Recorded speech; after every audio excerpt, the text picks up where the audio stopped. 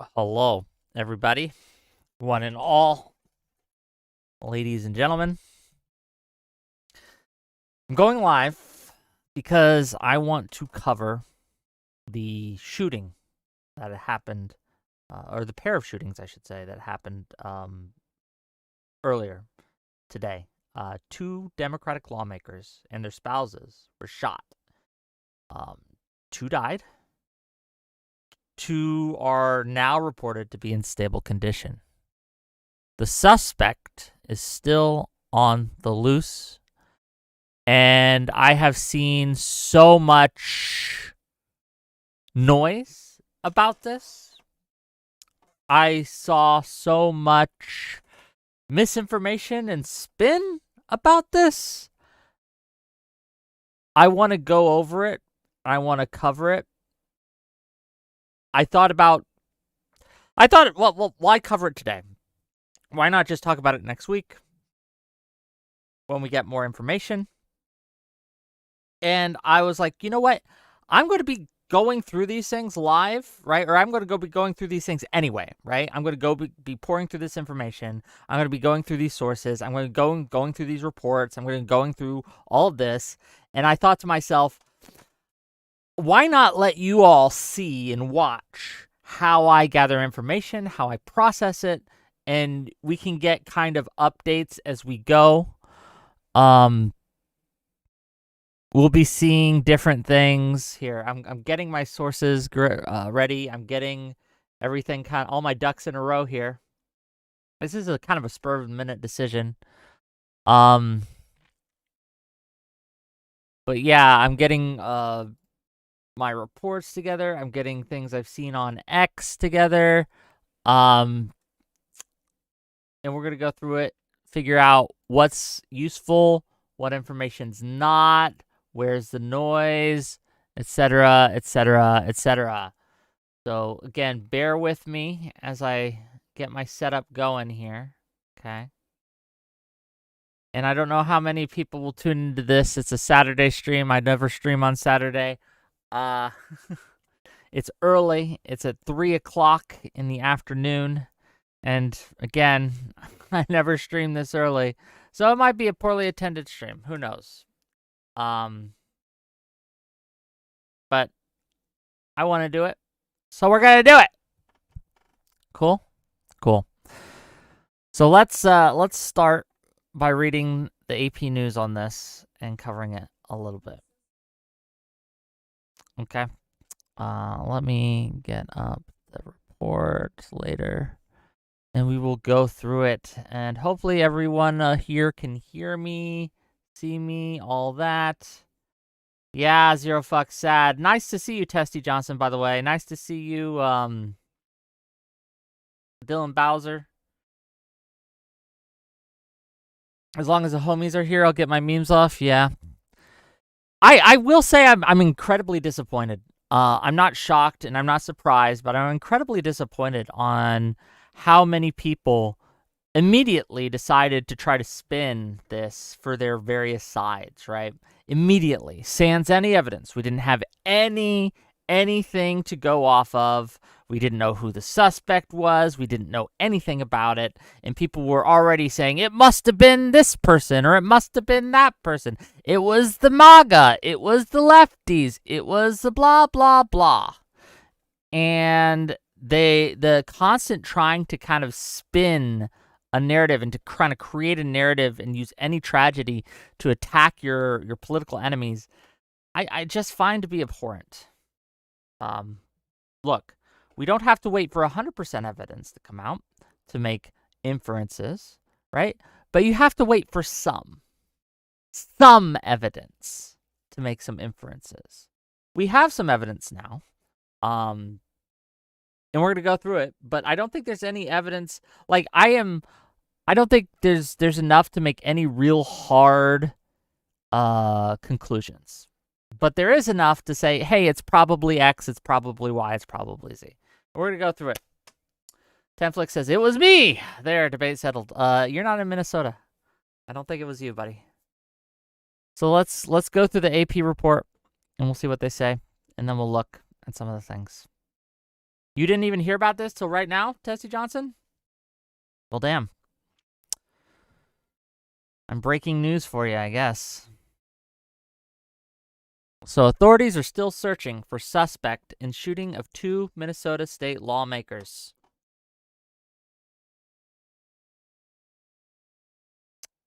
Here, I'll make it up so you can, I'll make it a little larger so you guys can read along with me. Maybe it's just my eyes are bad. Maybe it's y'all's too. I don't know. So there's hundreds of law officers fanned out across a Minneapolis suburb Saturday in pursuit of a man who authorities say posed as a police officer and fatally shot a Democratic state lawmaker in her home in what Governor Tim Walz called a, quote, politically motivated assassination, end quote. Authorities say the same suspect also shot and wounded a second lawmaker. Democratic former House Speaker Melissa Hortman and her husband, Mark, were killed in their Brooklyn Park home. Senator John Hoffman, also a Democrat, and his wife, Yvette, were injured at their Champlain address about 9 miles away. The early morning attacks targeting lawmakers in the northern suburbs of Minneapolis prompted warnings to other elected officials around the state and the cancellation of planned No Kings demonstration against President Donald Trump. Authorities say the suspect had No Kings flyers in his car and writings mentioning the names of the victims, as well as other lawmakers and officials, though they could not say if he had any other specific targets.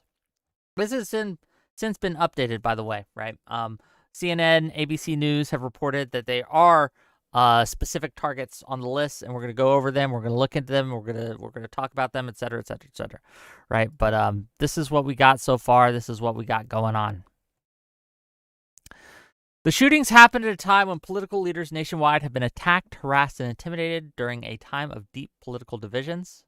Quote, we must all, in Minnesota and across the country, stand against all forms of political violence, end quote, Walz, a Democrat, said at a news conference. Those responsible for this will be held accountable. 2 people familiar with the matter have identified a suspect as 57-year-old Vance Bolter. The people could not publicly discuss details of the ongoing investigation and spoke to the Associated Press on condition of anonymity. This Van Bolter guy, okay, we're going to look into him. Apparently he's an employee or a former employee, perhaps, at the Praetorian Guard Security Services, which is like a security firm that works with their various organizations. He was a Tim Walz appointee to the board of the governor's workforce board. What that board is and what it does, I'm not exactly sure, right? But he was appointed in, I think, 2019 by Tim Walz as a member of this board. How many people are on this board? I don't know, right? What does this board do? I don't know. We're going to look it up. We're going to find out. We're going to check it out, right, gang? That's why I wanted to kind of go live so we could research it together because I don't fucking know, right? Dylan Bowser says, will you be reading from the Artemis Times? It's the most reliable news outlet.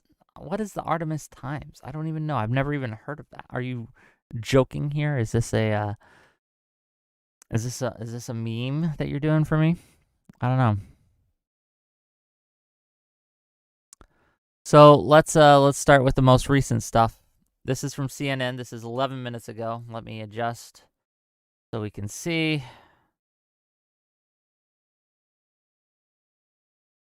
Okay, let's go back a little bit. Here's a good one. This is from 31 minutes ago. The Minnesota Democratic House leader was killed in a politically motivated attack. Here's what we know. So, Minnesota, again, nothing we haven't heard before. Minnesota State Rep Melissa Hortman and her husband were shot and killed. Law enforcement was first called around 2 a.m., so this happened in the morning. Local time on Saturday with reports that someone had shot Hoffman and his wife. The police responded to their homes and provided life-saving measures before the couple was transported to the hospital, according to Drew Evans, the Minnesota Bureau of Criminal Apprehension superintendent. At 3:35 a.m., another call came in when officers were proactively checking on Hortman's home. When Brooklyn Park police officers arrived, they noticed that there was a police vehicle in the driveway with emergency lights on, and what appeared to be a police officer at the door coming out of the house, officials said. That individual immediately fired a weapon at them, Evans said. The suspect was able to escape during the gunfire. So this guy dressed up as a cop, got into what appeared to be a police vehicle, right? Or was coming out of a police vehicle with his emergency lights on in the driveway, and exchanged fire with law enforcement officers. So they got into a shootout, gang. Apparently, at least from this report, the guy's still at large, by the way. He hasn't been apprehended or captured. We don't know. Okay. So the Brooklyn Police Department issued a shelter-in-place order in a 3-mile radius of the Edinburgh Golf Course on Saturday morning. The suspect, okay, Bolter, I don't know if I'm saying his name right or correctly, right? According to a law enforcement official, he works for a security company, the Praetorian Guard Security. The company website says that Bolter serves as the director of security patrols and has had training by people in the U.S. military. So not former military, it doesn't look like, but trained by people who were in the military, and I guess a member of a security team, security services of some sort. Yeah. The flyers reading "No Kings" have been found inside the shooting suspect's car, according to a photo posted by the Minnesota State Patrol. Officials also found a quote-unquote manifesto identifying quote-unquote many lawmakers and other officials in the vehicles, according to police. Do they mean a manifesto as in the manifesto we got from Luigi, for example, who said, "This is why I did it"? Or do they mean a target list? I don't know. We're going to find out, though. Okay. ABC News has also reported on the target list. And CNN also reports this earlier on the target list, and we're going to go over that, and we're going to see. The full target list hasn't been released, but what it's looking like is Tim Walsh was on it, Ilhan Omar was on it, Tina Smith was on it, a whole bunch of Democrats, a whole bunch of allegedly, pro-abortion policymakers and abortion service providers. Again, the evidence here suggests a motivation.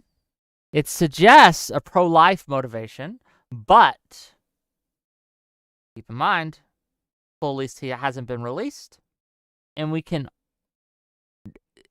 refrain from drawing any hard conclusions on this, right? It's breaking news. It's very early, and there's a lot out there. Love to know if the posters were previously stapled. They were not. Let's see if I can find a picture of the posters. I've seen them before. I'm sure I can find the picture of the posters. Give me a second.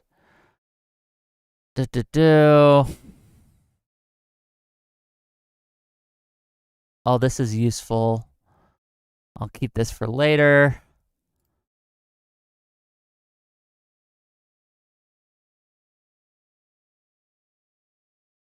Here we go. Oops, let me readjust. This is what was found, apparently, or this is a picture of what was found. These are being called No Kings flyers or No Kings posters. It doesn't look like they were stapled. It looks like, at least the rubber band suggests they were like probably rubber banded together. No really information on these things. Gang, do you guys have any pictures of other No Kings flyers or posters or anything like that? I just want to compare.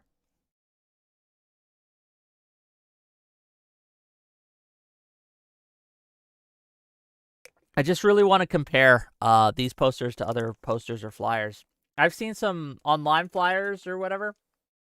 They don't look anything like this. He might have stolen them. It's true. Like, this might suggest that the No Kings protests were going to be targeted, and apparently Walz has asked that people stay home and not go to the protest out of an overabundance of caution, is what he calls it. That suggests to me that Walz is implying, or at least thinks, that No Kings might be a target, right? Like the protesters might be a target. So again, what this suggests, that they found this in his car, could be many things. It could be a red herring. Everything in this car could be a red herring, right? It could be that he took this off someone or was going to target the protest. It could be that he was handing them out. Who knows? I don't know.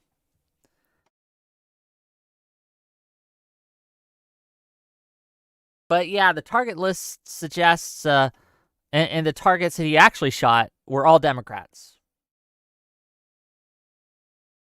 So take that what you will.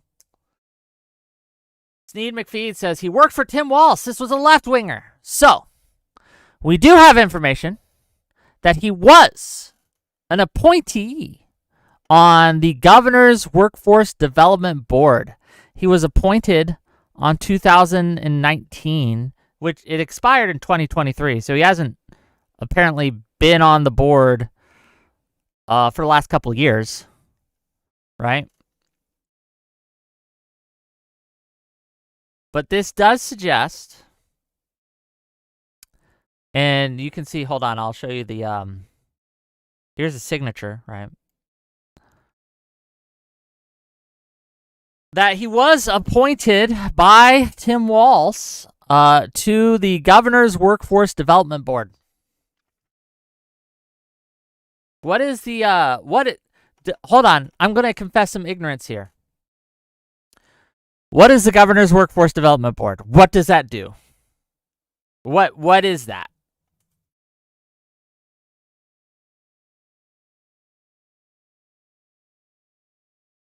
What is the note? You guys want to look it up with me? Okay, the governor's workforce development board. Okay, let's look up. Governor's workforce development board. What does it do?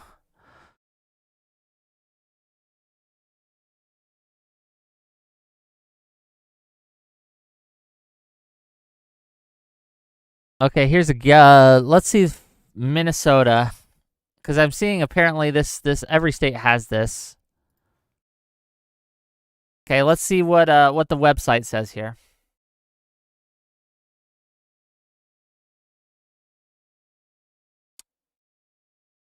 So the Governor's Workforce Development Board works to strengthen the skills of Minnesota's greatest asset, its workforce. The Governor's Workforce Development Board has responsibility to advise the governor on Minnesota workforce system. The board represents key leaders from business, education, labor, community-based organizations, and government. The GWDB has a statutory responsibility under the Federal Workforce Innovation and Opportunity Act, which provides leadership on opportunities and key workforce strategies for the state. The board provides venue for workforce stakeholders to build on a shared vision and mission. This doesn't tell me what it does. It's an advisory thing. How many people are on this board?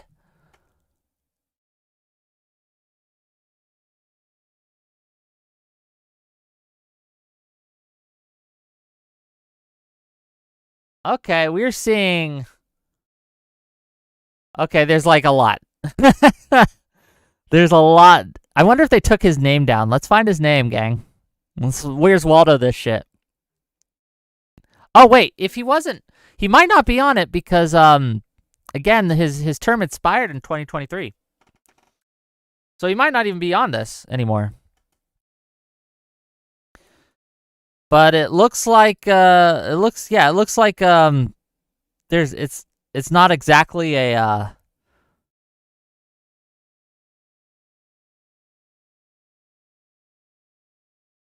not exactly, did they... Hold on, let me find... He's a business member, okay? So we got commissioners, council member, financial advisor, Chief Executive Officer, Commissioner, Program Manager, Commissioner, blah, blah, blah, blah, President, partners, okay, staff, Director, Workforce Development Coordinator. They have less staff than they do members.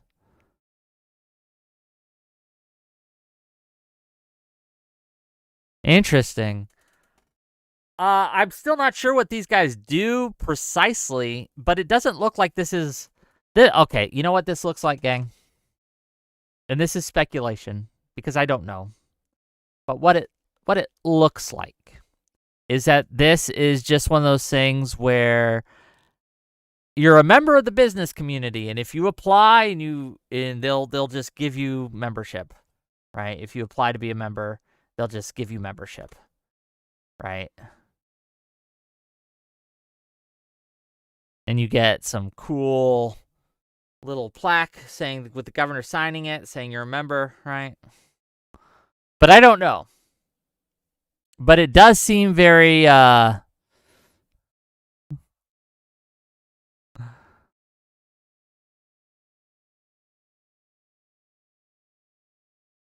yeah, so it does seem very like, I don't know, just not a this look, if I got something in the mail from the governor's Workforce Development Board, I would think it's a scam, okay? It doesn't look too anything. Yeah, it's a responsibility to advise the governor on Minnesota's workforce system. The GWDB represents key leaders of business, education, labor, blah, blah, blah, blah, blah. So you don't have to be a Democrat. You don't have to be a Republican. You don't have to be anything. I don't know that the fact that he was appointed by Governor Walz, and he was, to this suggests anything at all. Maybe I'm wrong. Again, I don't know what this board does other than advise. Like, that's very vague terminology to me. It's very, very vague terminology to me, okay? It doesn't seem... It's one of those things where you have a committee, but the committee doesn't actually do anything, and they just like, we're advising others on how to use our innovation and special abilities to make our community grow. And I'm like, oh, you don't do anything. You just exist. But who knows? They do a business at the business factory. Yeah, $0. I have no idea. Let's go back to the CNN stuff, right?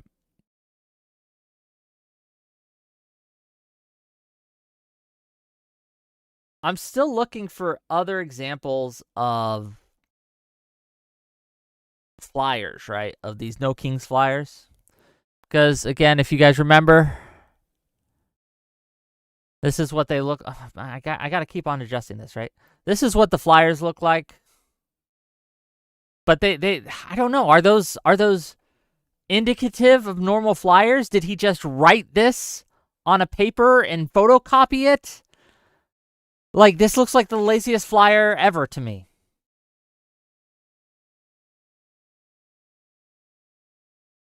Yeah, Musk and MAGA are already saying it was a far leftist, but who knows? Well, I haven't seen any evidence to suggest it was a far leftist. The only evidence I've seen that he's connected to Democrats in any way was this appointee to the governor's Workforce Development Board, which we just looked into and looked like nothing. It looked like nothing.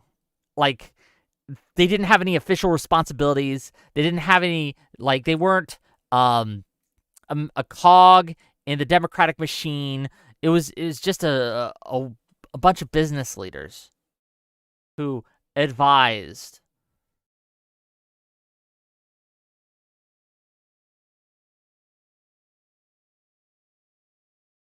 Yeah, these are obviously photocopied, right? But again, I don't know if these flyers are just like, that's what they're doing out there. Is there just no kingsing everywhere with no information? But it seems to me, if you're going to make a political flyer like this and you're going to invite people to protest, you're going to have a date, you're going to have a time, you're going to have a location, you're going to have something.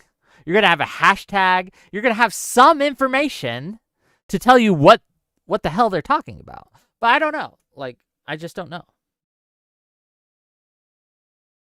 This was found, again, in the suspect's vehicle. So, let's keep going. So they're asking, of course, to increase security for both senators from Minnesota. That's wise. They did cancel the protests in Minnesota, apparently.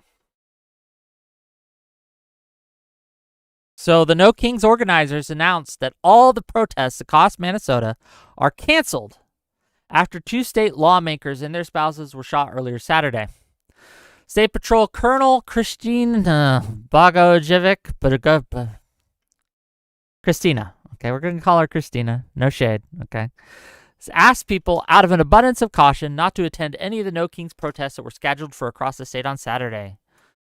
Christina said authorities didn't have any direct evidence that the protests would be targeted, but said the suspect had some No Kings flyers in their car, which we just saw.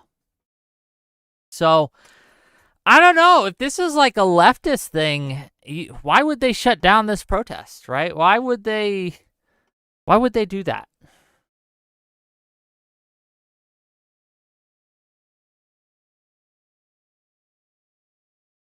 Why would they do that? I don't understand. This is good news though. This part's good news. So the bullet very nearly missed Hoffman's heart. Family member says. So Minnesota State Senator John Hoffman and his wife, Yvette, are both out of surgery. They're stable. And again, this is one of the 2 politicians that were shot last night, early this morning.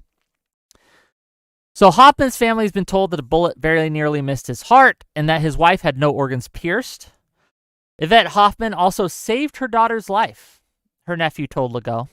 The Hoffman's daughter, Hope, who is in her mid-20s, was at home with her parents at the time of the shooting, and Yvette threw herself on top of her daughter, saving her from being injured. The family says they're very hopeful right now and that they're getting positive messages coming out of the hospital regarding Senator Hoffman and his wife. And that's good. Look, that is good. That is, I think we could all come together, right, left, right, center, and say, thank God, right? Thank God that at least Hoffman, right, and his family are going to survive this. It's still horrific that they were targeted. And again, our heart goes out to the other Hortman, I believe, Senator Hortman, or Legislator Hortman, and her husband. And that is horrific. But it is good that Hoffman and his family looks like they're going to survive this, and that's a good thing. That's a good thing. Okay, heartbroken. Here's the No King stuff again. Okay, so this was also reported about 2 hours and 20 minutes ago that the police found a hit list in suspect's car with nearly 70 different targets, including abortion providers. Law enforcement found a hit list in the Minnesota suspect's car that contained nearly 70 names, a law enforcement official briefed on the matter told CNN. The names include abortion providers, pro-abortion rights advocates, and lawmakers in Minnesota and other states, the official added. Law enforcement also found a Father's Day card addressed to the suspect in a bag full of ammunition, the official said.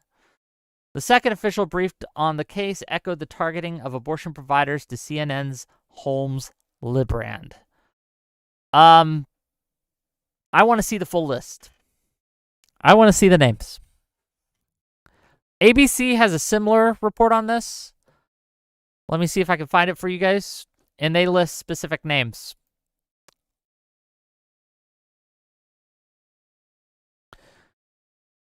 They list specific names, but they don't, it's not a complete list. Hold on, stop it. Okay. Sorry about that. But, we'll get to it. Here we go. Oh, let me adjust. Oh, they all look. The problem I have with these news sites is they all format differently, so I have to mess with it every time I change different news sites. It's annoying, and I think that it's important to get information from multiple news sites, multiple sources, to get a more complete picture, right? I don't just read CNN, or I don't just read ABC, or I don't just read Fox News, right? Or New York Post, or Washington Times, or anything. It's important to go through and get all of the information, right? Short Stack Goblin says, Wick TV, apparently the only non-government people in the list in his car were pro-choice activists. Seems like there's an abortion thing. We're going to get to that. We're going to get to that. We're reading that right now, actually. So police said that the list, which was retrieved from the suspect's vehicle, also named the victims in Saturday's shooting. Both victims are Democrats, and Hortman was formerly Speaker of the Minnesota House of Representatives. Okay, let's get... Okay. I saw this earlier. Where is it? Where?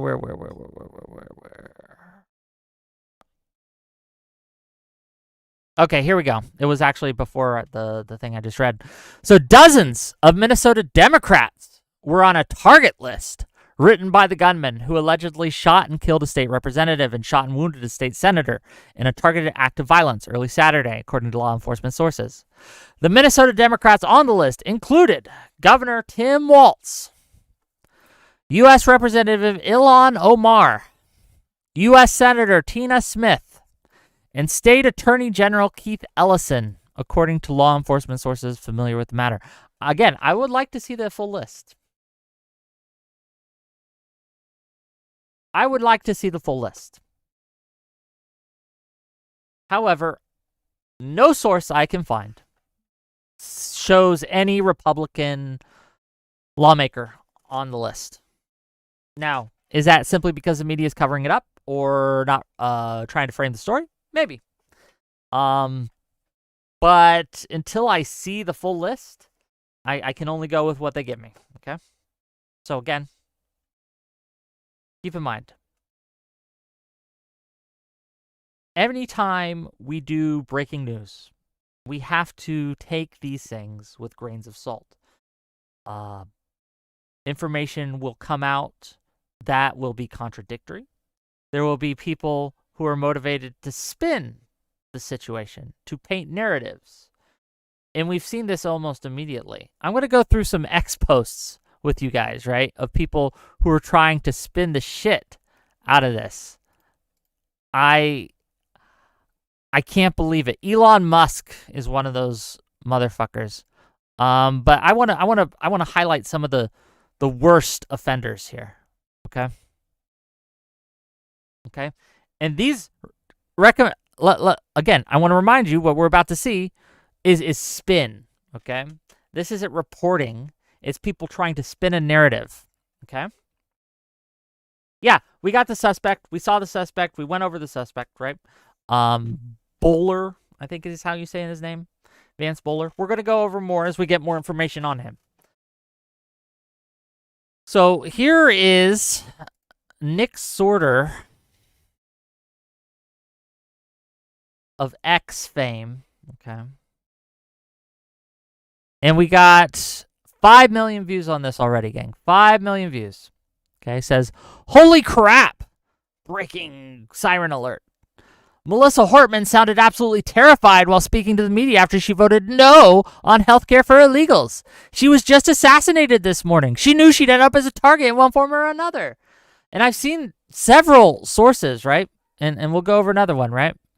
Let me get it. I don't want to show you me going through my feed because I don't know if anything non-toss will pop up.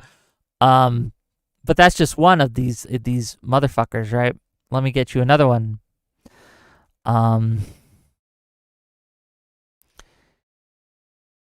Here is Viva Frey saying, hi, Governor Tim Walz.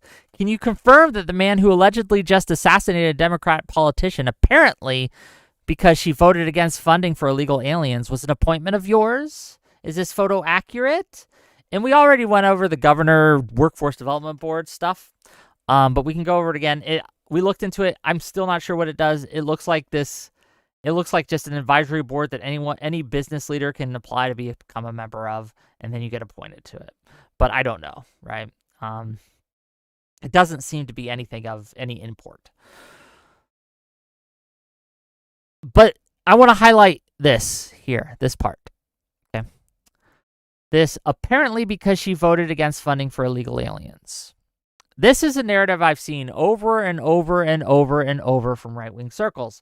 Over and over and over and over from people like Sir Vonovich, right? Viva Frey, Nick Sorter, right? Jack Posco. Elon Musk even played into this a little bit, right? And we're going to go look at that. Here, let me find you that tweet.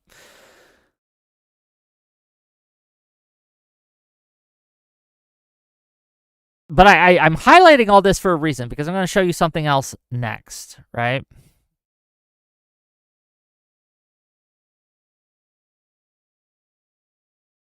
Here's Elon Musk saying, the far left is murderously violent, quoting a tweet, right?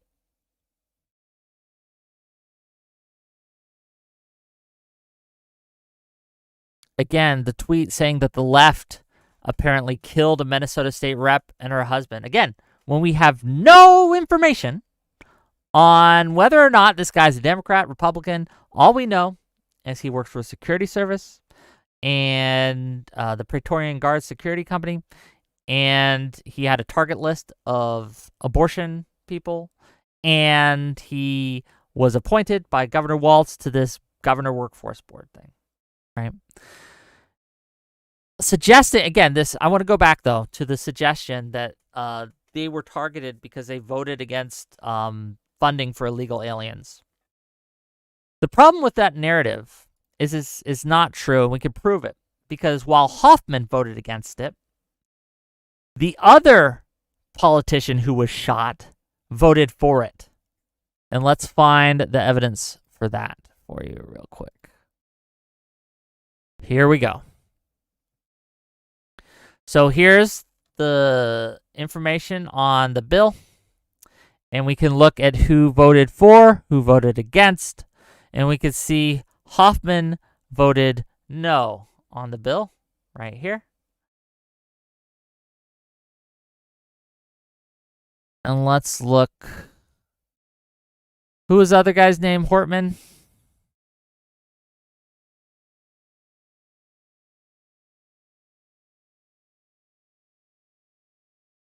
Yeah, the senator voted for it. Hoffman voted against it, but the senator voted for it.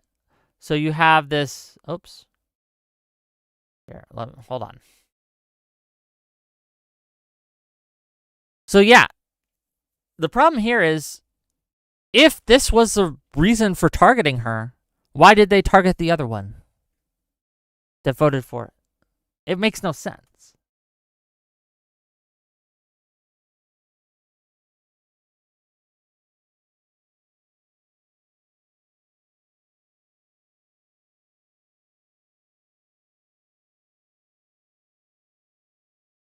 Hey gang, hey old school, hey Zero Fox. Hey, I'm ignoring chat.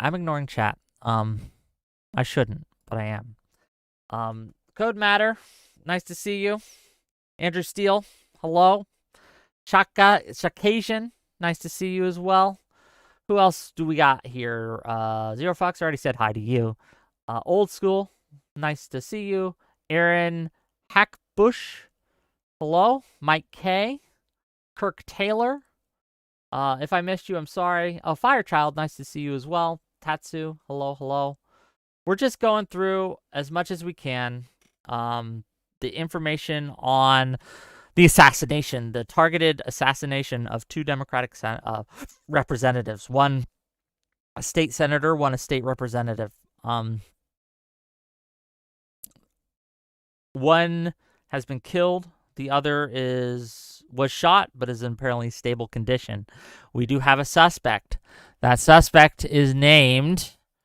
Let me get his exact name up. Bowler. Okay, his name is Vance Luther Bolter. Bolter. Okay, he's this guy. It's this motherfucker. Okay, this dude, right here. Yeah, it was the spouses. So, um, both Hoffman and Hortman, the Democratic senator and representative, it was them and their spouses who were shot.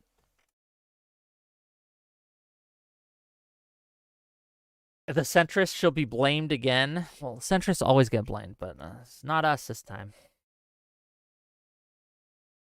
Defective says, heck of a week. Yes, it is. It's unfortunate. It's very unfortunate.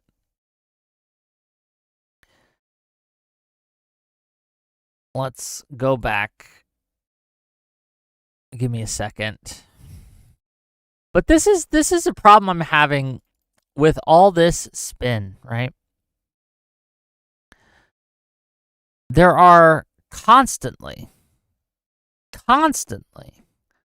anytime we have an incident, and look, I'm not blaming one side or the other for this. This is something everyone does, right? Every side does this, and I'm sick of it, right?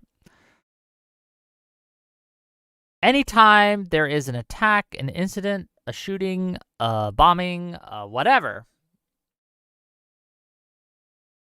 before we have any evidence, people will decide it must have been those people I hate already.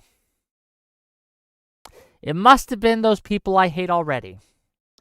And they will find and do this post hoc rationalization, right? Where they've already picked their conclusion, okay? My enemies did it. And then they will work backwards and try to paint a narrative, cherry picking pieces of evidence, highlighting some, ignoring others, right? And saying, this shows that it obviously was the guys who I hate. Stop it. Get help. You're not helping anything.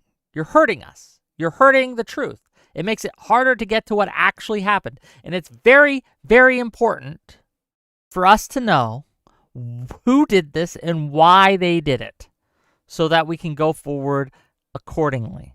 But if the spin is out there so much that it becomes impossible to tell, right, why this guy actually did what he did, it makes it harder to move forward. So it wasn't the Zionists?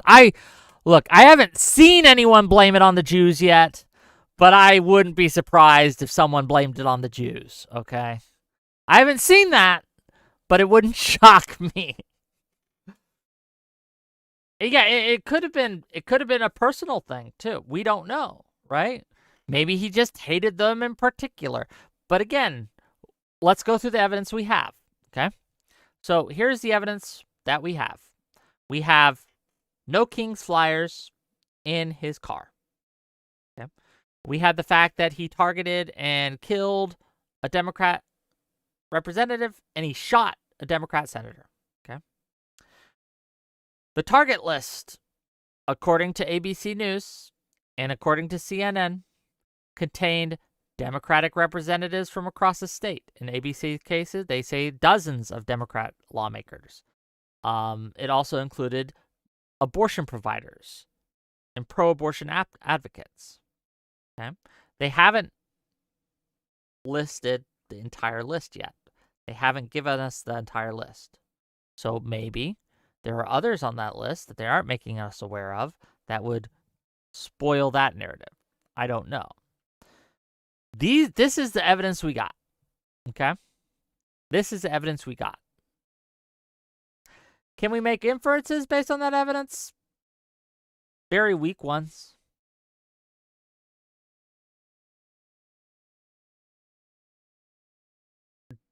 Defective is saying that there's different shooters, Wick. I've not seen that. The reports I've seen is that the shooter was the same individual. Can you provide a link showing me that there were different shooters?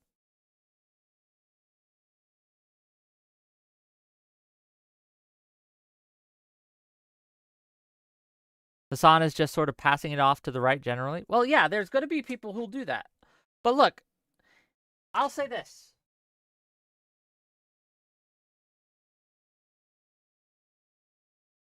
Hold on. I'm plugging my phone in. Sorry, it fell off of its charger. Here's the thing, gang. You're gonna have here. Let's go back to the. Let me get it. You're gonna have people. So say this was a MAGA guy. Say we find out that Bolter, and I'm not saying he is. We have no evidence that he is, right? I'm just work with me here, right? Say he is. Say we find out he is. Say we find out in the manifesto he's like, I love Trump. Trump is the best, and I wanted to kill his opponents. It would still be a mistake. It would still be wrong. It would still be uncalled for to say that must mean all MAGA are killers and violent and we hate them. Too many people will see an unhinged actor on a political side, will point to that actor and will say, oh, that guy's a leftist? That brutal psychotic killer was a leftist? It must mean that all leftists are brutal psychotic killers. And that is a mistake. It is failure in reasoning. Does that make sense, gang? So if you're out here using the death of these people to push a narrative to harm your enemies, your political enemies, I think what you're doing is wrong.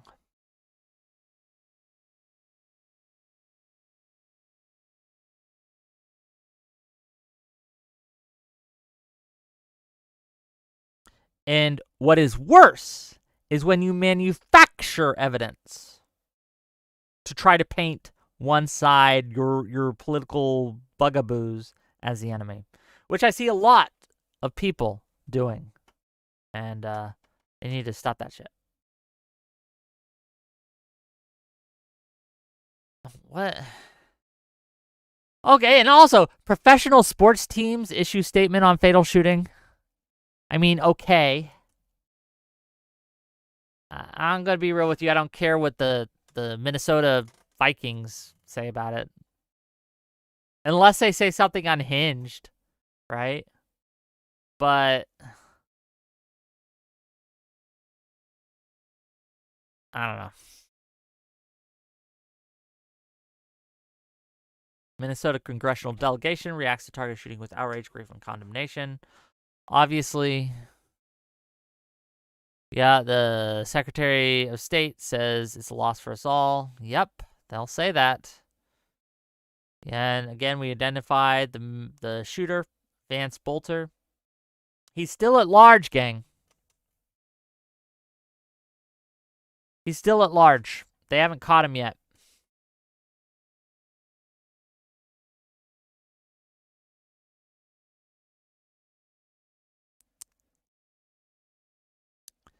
Okay, we've already been over this.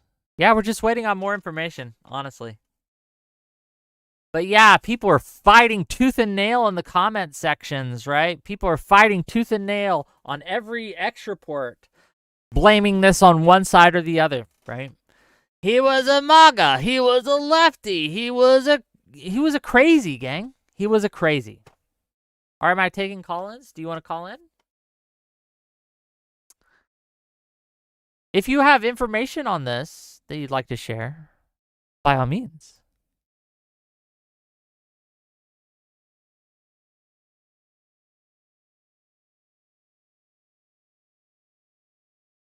Give me a second.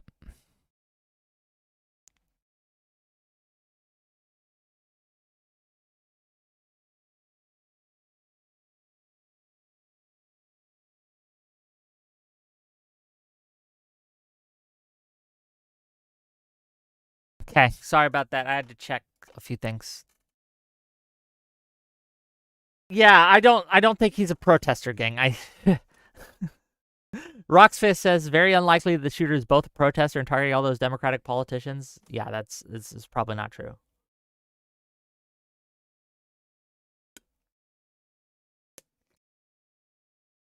I don't want to make content. If you're just calling call in to make content, don't bother.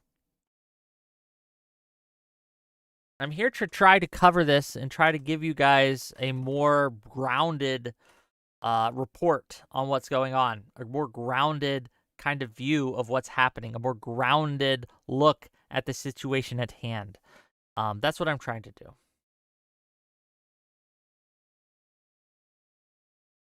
I want to counteract some of the crazies out there, right? I want to counteract some of the narrative pushers. Okay? If I had to make a guess, if I had to make an inference based on the information I have, it seems that this guy was some kind of pro-life advocate, pro-life extremist who targeted abortion advocates and abortion policymakers and abortion providers. The evidence I have for this is that the people he shot were pro-choice. The target list was Democratic lawmakers and abortion providers, and that's the evidence we got.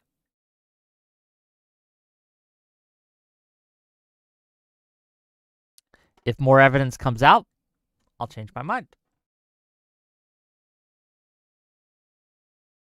So Nair Stocks says, worked for Dems, worked for Walls, joined No King's protest, radical views, aka lefty who hates liberals. Easy open shut case. I know you're trolling me, Nair. I know you're trolling me.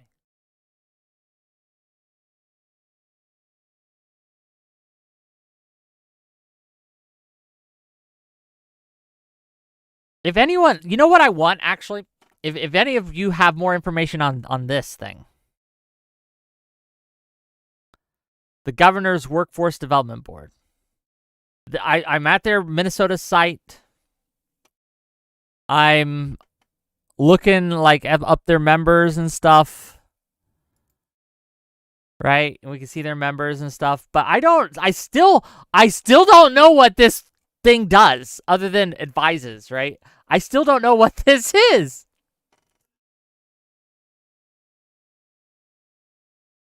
And the reason that this matters, okay, the reason we're looking this up is because Vance Bolter was, again, in 2019, appointed by Governor Walz to this board. But is this one of those things where everyone who applies gets appointed? I don't know. Ask ChatGPT? No, thank you. Probably there to funnel money. It might be. It might be. I don't know. I don't know anything about it. Right? Again, he hasn't worked there apparently since 2023. So he's been out of work at least on this for a couple of years. But no, he was appointed. And apparently he was appointed in 2016 to the Governor's Workforce Development Council. Is that different than the board? I don't know. Do you?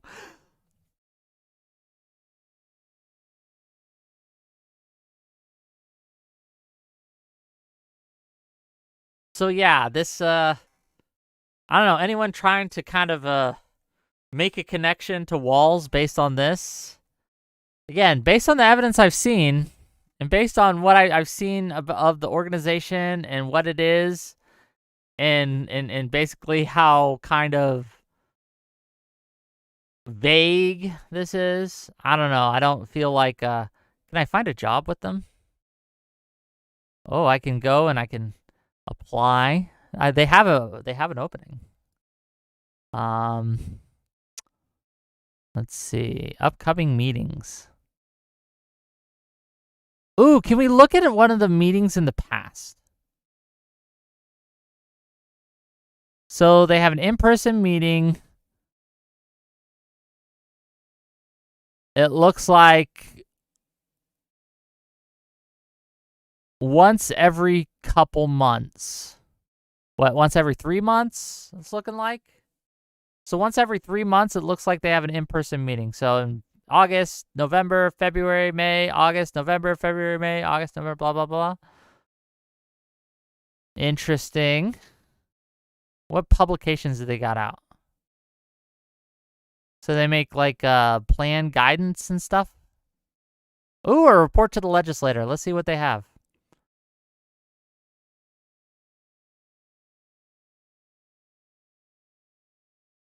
Let's look.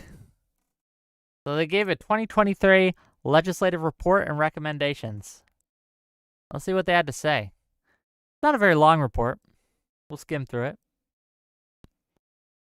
This report is a collaborative publication from the Governor's Workforce Development Board, its executive committee, and the Minnesota Department of Employment and Economic Development as mandated by Minnesota statutes, blah, blah, blah.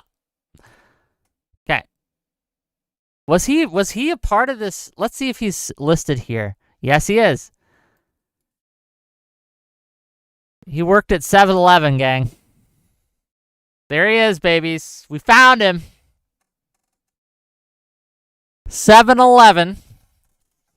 Dr. Vance Balter. He's a doctor. Damn. He was a 7-Eleven board member. Or, I don't know. He worked at 7-Eleven in some capacity at the time. And he was a member of this board, which contained a ton of different people. Okay. Do you think we could find like political information on any of these guys? Right. I'm wondering if this is like just like this looks like a mix of Democrats. I would assume. Okay, that something like this is probably across the board. I'm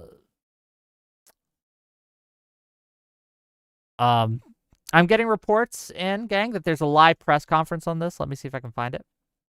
We'll watch it.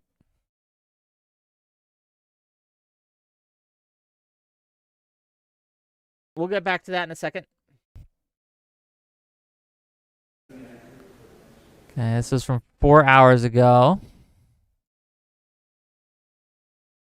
From 1 hour ago. I'm not seeing any live. Oh, is this it? Community, but right now, I think here we go. This is live. Words and rhetoric. I want folks to make sure they listen to the facts from credible sources like law enforcement, but also to resist spreading misinformation. And then again, asking folks to listen to law enforcement in general when law enforcement has those specific asks. In Brooklyn Park and Champlin and our surrounding communities, in fact, the state, we're very much family. The Hoffman and Hortman families are very much our family. And so our prayers continuously go out to them. And it's very much a time for us to come together as a community and as a family. And I think people need to see it that way. I want to thank law enforcement, Governor Waltz, Commissioner Jacobson, Sheriff Witt, FBI, various counties, local law enforcement. Even with our city of Brooklyn Park, we're seeing a ton of local law enforcement and county law enforcement just supporting our city overall. And we want to thank them for doing that. They're dedicated to keeping us safe and to securing justice. I would say to support them again, if you have information, there'll be information behind me. Please share that information. Sounds and just again, like please look and listen for valid information and share that. There will be a time to come together, and I think specifically for the city of Brooklyn Park and within our area, there'll be a time where we come together and we work through what we're going through. This is just now standard as a boilerplate community. stuff. But I want to say this. You know, this individual did this to instill fear into our community, but they also wanted to create a distinct and singular point of view. When I listed all of that law enforcement coming together, that was really us as a state, as a community, from all different walks of life, coming together to work on what's happening. And I received calls from folks across the state, from all different ethnicities and communities as well, with an outpouring of support. So I want people to understand that as a city, but as a state, as a community, we're very much going to come together. We're going to see this through, and we're all going to work together to figure this out. So again, I want to thank our law enforcement, and I want to turn it over to the mayor of Champlin Park. Okay, hopefully we'll get some more information. We're getting the mayor here. Good afternoon. My name is Ryan Sabis, mayor of Champlin, and on behalf of the city of Champlin, our police department, and our city council, I want to extend a heartfelt thoughts and prayers to Senator John Hoffman and Representative Melissa Hortman and their families. Yes, Braybeat, it was 2 Democrats that got shot. We are deeply saddened by the senseless act of violence, and our hearts are with all those that have been affected. Our police department is working close partnership with state, local, and federal agencies to pursue this active investigation. We are incredibly grateful for their swift and responsible professional response and for the collaboration of commitment of every officer involved. We ask everyone to stay attentive, report anything that feels concerning, and most of all, remember this continue to guy's show still at kindness, large. respect, and care for one another. This is how we move forward together. And again, thank you all for being here. And again, I think Mayor Winston said it well that Hoffman family and Hortman family are very much part of our communities, part of our fabric of our communities. And we really wish the families all the best. Thank you. No new information, unfortunately. Come on. Hopefully we'll get someone. This is just boilerplate stuff. First question, introduce yourself, your immediate organization with whom you live, and if you have a question for a specific individual, call that out. Thank you. I can't hear the question being asked. The question was, do we have an update on Senator Hoffman's condition? We don't at this time. The last information we had is that he was out of surgery and was in stable condition at that time, but that certainly experienced significant injuries, so we'll have to continue to monitor that. You said person of interest, so not a suspect, or is... He's a suspect, one and the same for this particular case at this point in time. Okay, so we can say suspect. You can say suspect. Adam Buxer with WCCO News. You know this guy, it was at least affiliated with some sort of security company, according to his own website, that has... They're asking about the suspect. Can you speak to the level of knowledge that See what they have to say. you have about, using a gun or, different security tactics that might separate him from a typical person walking? What is So okay? the question was the regarding the expressiveness of the sophistication interpreter. of the individual based on reports that he owned a security company. I certainly can't get into the details of the investigation. That'll all be part of that, and we'll explore all of that. We're aware of the connections that you reference, and the team will be dissecting that between the investigators, Brooklyn Park Police Department, and all of the state, the local, and federal partners that are What working is she on doing? that. Certainly, an individual will have some familiarity if that's the line of work that they're in with some of the tactics that you noted, but we'll be exploring that more fully. One question about the photo that we're seeing in the cowboy hat and the jacket. Is that photo taken today? That is photo is today. I wish I knew sign language. Of either of our lawmakers? The question is it from a Ring camera? It's not. This is from a business. So this is at a business location.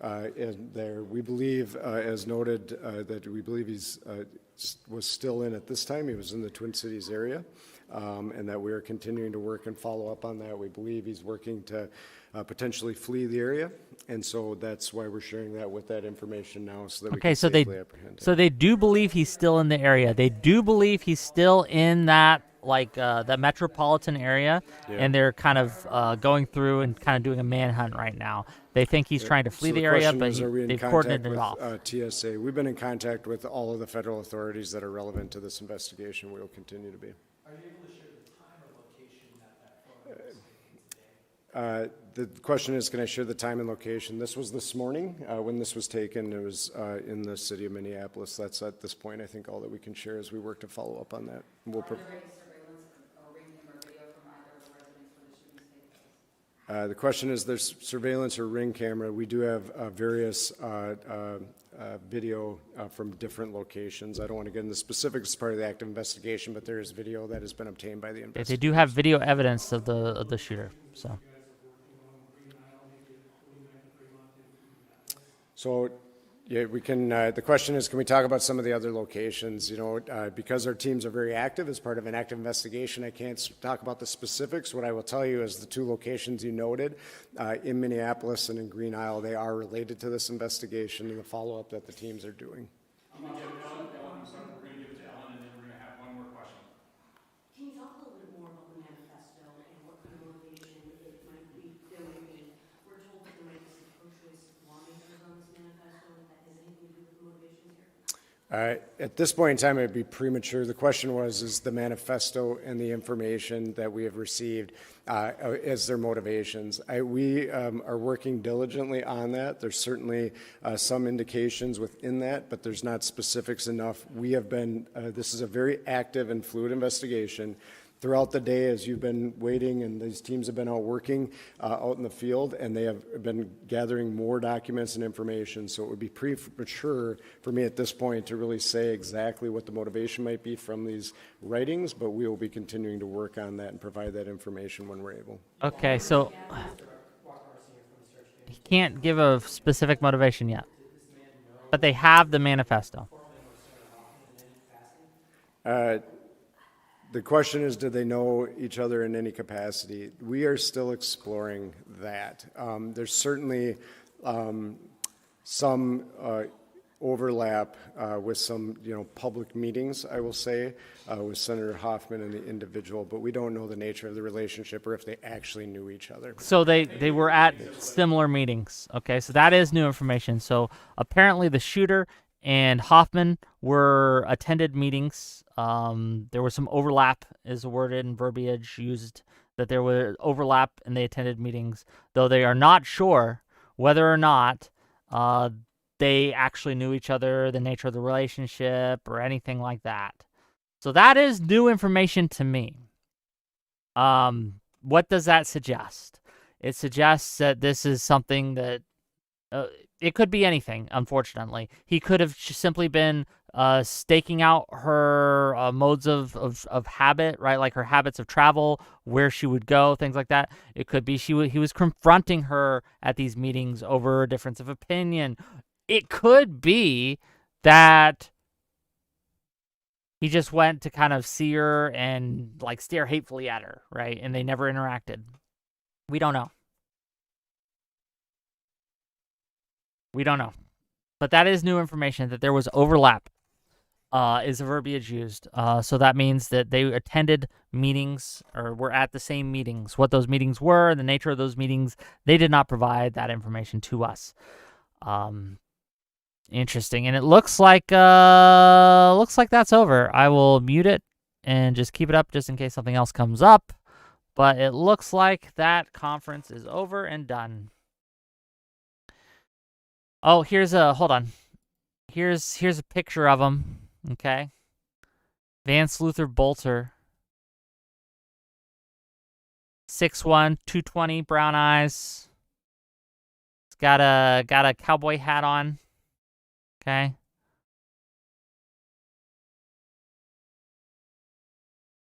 If you have any information, call the number, okay? Or put in the tips if you see him walking around or some shit.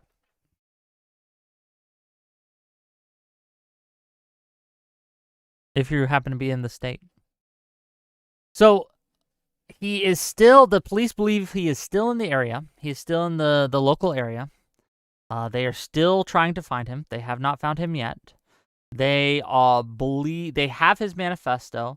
They haven't released any conclusions on that manifesto. They claim that they are working on trying to figure out motivation from that manifesto. Also, there has been the shooter and at least one of the targets had met before, or at least attended the same meetings. The nature of the relationship, they don't know yet, or at least they haven't released that to us and haven't told us. Rip Haven says, "Hey Wick, how are things going?" Not good, gang. Well, at least not for the families of these victims, unfortunately. Personally, I'm doing all right. I'm a little hungry. I'm a little snackish, but other than that, I'm fine.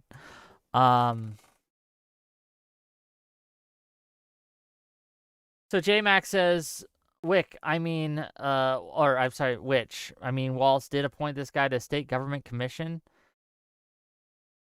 Let's go again. We were looking over the board stuff, right? Let's go back to that. We were looking over the board stuff, and let's go back to that. The Minnesota Governor's Workforce Development Board. This was the guy. The shooter was appointed to this. Okay. This he was appointed to it by Tim Walz from 2019 to 2023. This is their report, their legislative report and recommendations from 2023. And let's see if we can glean anything from this. Can we look and see, right? So it does give a list of current the members at the time, okay? Dr. Vance Bolter apparently worked at 7-Eleven or for 7-Eleven. And you had Carol Anderson at Anderson Farms, Shirley. There's a lot, okay? This was not a Can we find I'm just real curious. Do you guys think we could find the political information about any of these guys? Like whether they're Democrats, Republicans, centrists, libertarians, whatever? So, remarkably, Senator John Hoffman, here's something interesting. Senator John Hoffman was on this board as well. We know his political leanings, right? So Senator John Hoffman and Dr. Vance Bolter were on this. Is this, I wonder if these are the meetings that they mentioned the overlap from in the press conference we just saw. The press conference we just saw, the gentleman mentioned that they had attended the same meetings. I wonder if it was for this. Like, I don't know, like Mary Ferguson for Essential Health. What is she? I don't know. Are these all Democrats? Are these a mix? Do we know? Here, let's look. Let's try one of these. Okay. Let's look at someone who might be able to find out who isn't obviously a politician, but we probably could find out their information.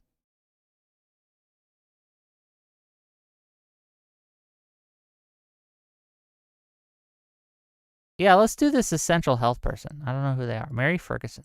Let's try.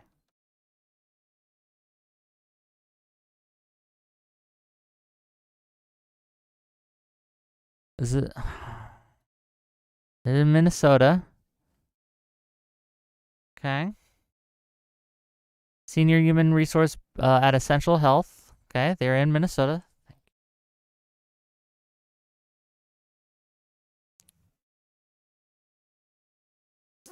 Get rid of that.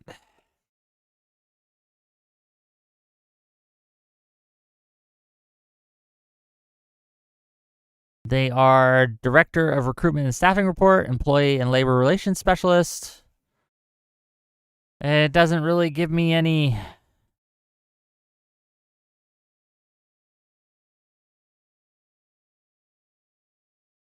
more fighter mission. This just seems like generic stuff. I don't think we can make any real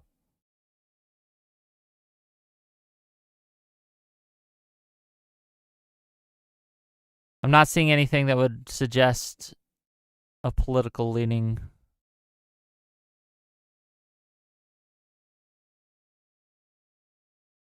Do you guys?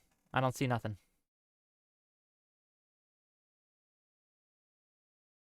Yeah, Bolter may have been a reverend. I saw that. I saw that he's pretty Christian, but again, what does that? There are Democrats who are Christian too, right? It doesn't really give us any real information here. Okay, let's actually see what the report has to say. It's a letter from the chair. Minnesota's market today presents a number of challenges. Tightest market in the nation, blah, blah, blah. To make financial investments, policy changes. To meet the moment, career seekers and employers, it's vital that we not only make significant investments in workforce development programs and supportive services during 2023 session. As described in this report, it's committed to supporting and or developing strategies to promote increased alignment and coordination across state agencies and programs and advancing strategies rooted in equity to eliminate disparities related to education, training, and economic opportunity. The JW's vision is for Minnesota to have a healthy economy where every Minnesotan has meaningful employment and a family-sustaining wage, and employers are able to fill jobs in demand. DEI, gang, is what the shout will be.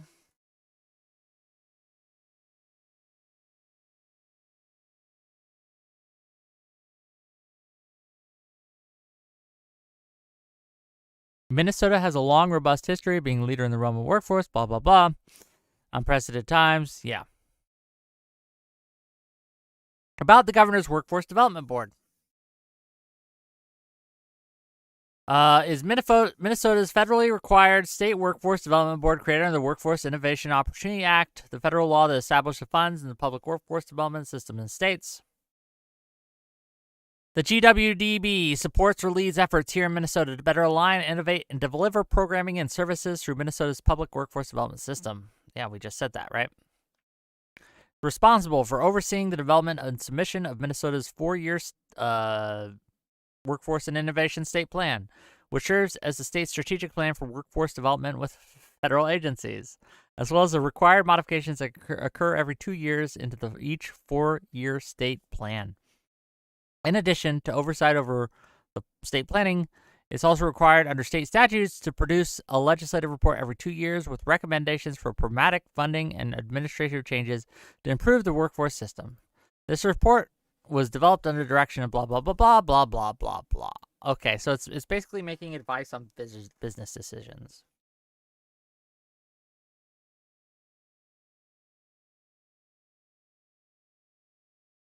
Sorry, gang, I'm just a little hungry.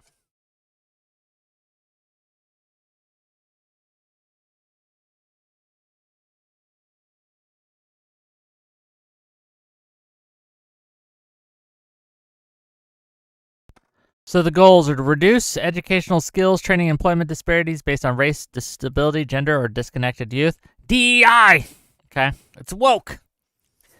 Build employer-led security sector partnerships that expand the talent pipeline to be inclusive of race, disability, gender, and age. DEI woke. Those are the only goals? That's it. That's the only goals they had for this report. Well, priority strategies are the most effective method to achieve these goals is to build on the robust career pathway system, our business engagement, community engagement, customer-centered design, funding. This gobbledygook. It's gobbledygook. Blah, blah, blah. I don't think we're going to be able to find much of interest here. I don't see anything jumping out at me. Some recommendations. Okay, let's look at this. Improve alignment and coordination of policies, programs, blah, blah, blah. Support. Fund marketing and awareness of the career report system so career seekers and employers from more populations are aware of the programs. Okay. Encourage business leaders to take the lead in addressing current challenges among employers and job seekers and increase supports for small employers who wish to address these challenges but are in need of assistance. Recruit, retain, and accelerate the hiring and retention of teachers, counselors, and other educational instructors from BIPOC communities to provide for inclusive learning environments and supports the members of these communities.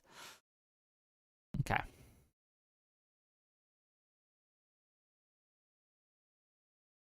And notes, and they got different references to sources. Okay. I don't think we were able to find much on that.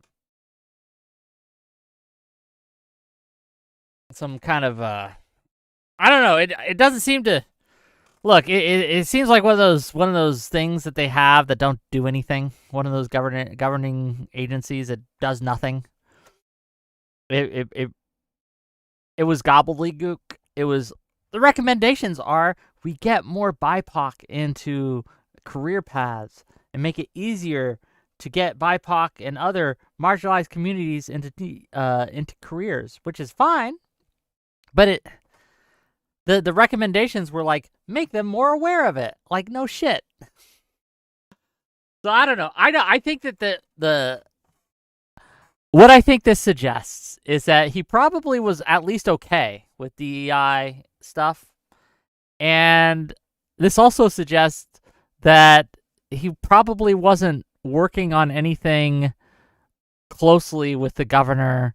He probably didn't even know, right? It's very possible that the governor didn't even really know who he was. He simply appointed him because he applied, right? It seems like one of those things, right? We want business leaders to be a part of this new board, so we're going to see who wants to be part of this board, and if you apply, you get it.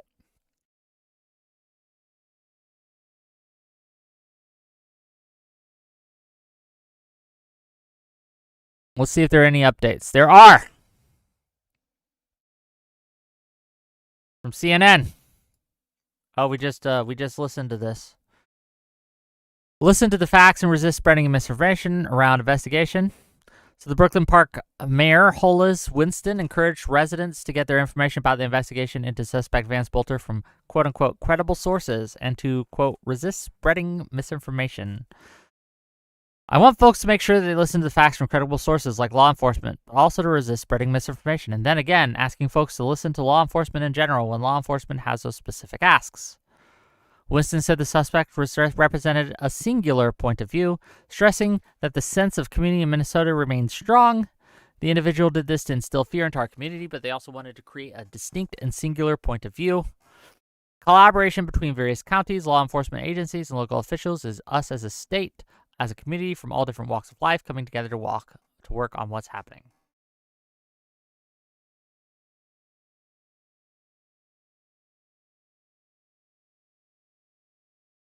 Officials still working to determine suspect's motivation. We just saw this. We just listened to this. Yeah. I reported it before CNN did. Hell yeah. Yeah, they don't know. The quote here is, this is a very active and fluid investigation throughout the day as you've been waiting, and these teams have been out working in the field, and they have been gathering more documents and information. So it would be premature for me at this point to really say exactly what the motivation might be from these writings, but we will be continuing to work on that and provide that information when we're able. Fair enough. So yes, they confirmed he is a suspect. Bolter was last seen wearing a light-colored cowboy hat, according to Evans, as well as dark-colored long-sleeve collared shirt or coat, light pants, and carrying a dark bag. We still don't know if additional people are involved, but this individual is the one that we're looking as a person of interest right now. But there may be other people with him. That's interesting. What did you DM me? Find out.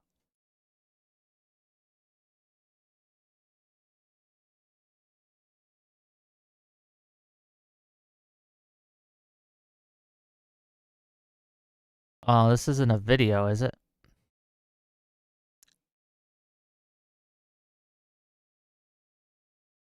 So this is from where he works at the Praetorian Guard Services, Security Services. So meet the leadership team.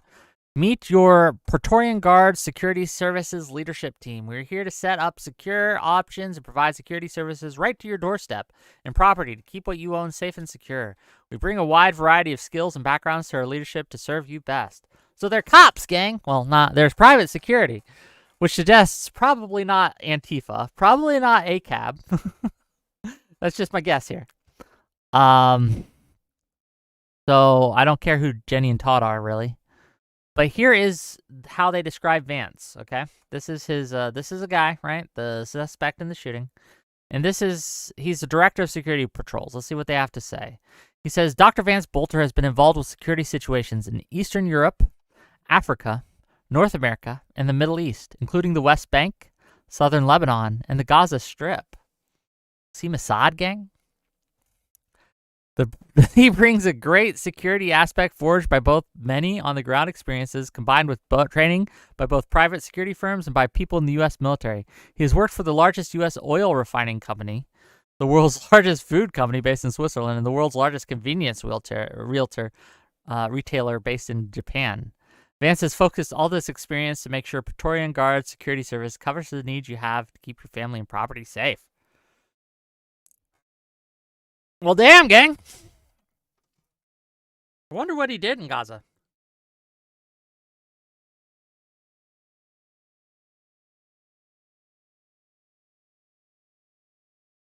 Was he in Eastern Europe, Africa, North America, and Middle East, including West Bank, Southern Lebanon, and Gaza Strip? If anyone can find me information on what he did in any of those places, incredibly useful.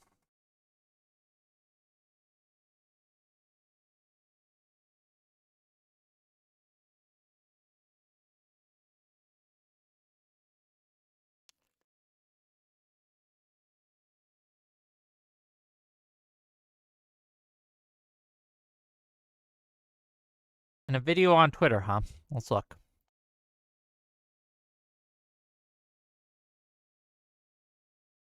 Oh, is this him? Vance Belter. I just Okay, it is. It is. It's Belter. Apparently, you say his name Belter. Let's watch this, gang. Ooh. Hello, my name is Vance Belter. I just go by Vance. No other names that I use. I live in Greenhow, Minnesota, about an hour away from the Minneapolis-St. Paul area. I'm affiliated with two funeral homes. I work full time for Wolf Funeral Home, which is an intake location for about 6 funeral homes. And we also do all the intake for the National Cremation Society and the Neptune Society for all their cremation um, customers as well. So I mainly do removals at this point. So I work at Wolf full time, and then I also work for another funeral home called Metro First Call, and they also do traditional removals at nursing homes, assisted living apartments, but they also have contracts with medical examiner's office. So like one contract is the Hennepin County Medical Examiner's Office, so we'll do removals, which we're working with a lot of police officers and death investigators at the location where a decedent is found. Could be a crime scene or just a natural death, and our role is to just take the decedent from that place of death to the medical examiner's office. And so between those two locations, I'm working about 6 days a week. Um, what else here? Family and pets. I have a wife and 5 kids, and we have 2 pets, German Shepherds.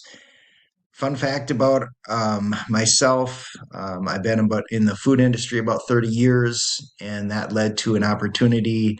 I was invited to the Democratic Republic of Congo, which is located in Central Africa. When I was in high school, the country was called Zaire. That's a little bit more familiar with people, but it's the largest, second largest country in Africa, right in the middle in the center there, and was asked a couple years ago to go and see what I could do for ideas on helping their food supply system. Their population is about 100 million people, and they import 80% of their food currently. So some of the food companies I worked for in the past were Farm to Fork, like Del Monte Foods and Golden Plump Poultry, where we did everything from at Del Monte, we planted the products to harvested them to process them and then shipped them out. In Golden Plump Poultry, we had our own hatcheries, grow out barns with the farmers, and then processing plants. So between those two companies, I have some experience with agriculture. And so over in the Democratic Republic of Congo, I had some ideas they thought were pretty promising, which the company I was working for at the time wasn't interested in doing anything in Africa. So I talked with my wife and we decided I just put in my 2 week notice and we just go off on our own to try to do these projects to help out in Africa. So we're doing farming and fishing projects in the Democratic Republic of Congo. And to help pay the bills, I just started working at a funeral home because the shift worked good for my schedule with the other things I was doing. And that led to some classes at DMAC, which led to this course. So just learning more about the funeral industry. And I think that covers everything. And I will look forward to seeing you in class and we'll go from there. Interesting. This guy. So, bro, let's review. He's working for a funeral home. He's worked in the food industry. He's done agricultural projects or was going to do agricultural project in Africa. He was, again, according to his bio on the Praetorian Services, he was a involved with security situations in Eastern Europe, Africa, North America, Middle East, including West Bank, Southern Lebanon, and the Gaza Strip. He was on this governor's workforce board or whatever. He worked at 7-Eleven. Bro gets around. Bro needs a hobby, honestly. Right? Too much work. All work, no play makes a dude go crazy, apparently. Yeah, and he was working. He was apparently in a class about morticians of some sort, right? Yeah, this guy. I don't know, man. That's a lot.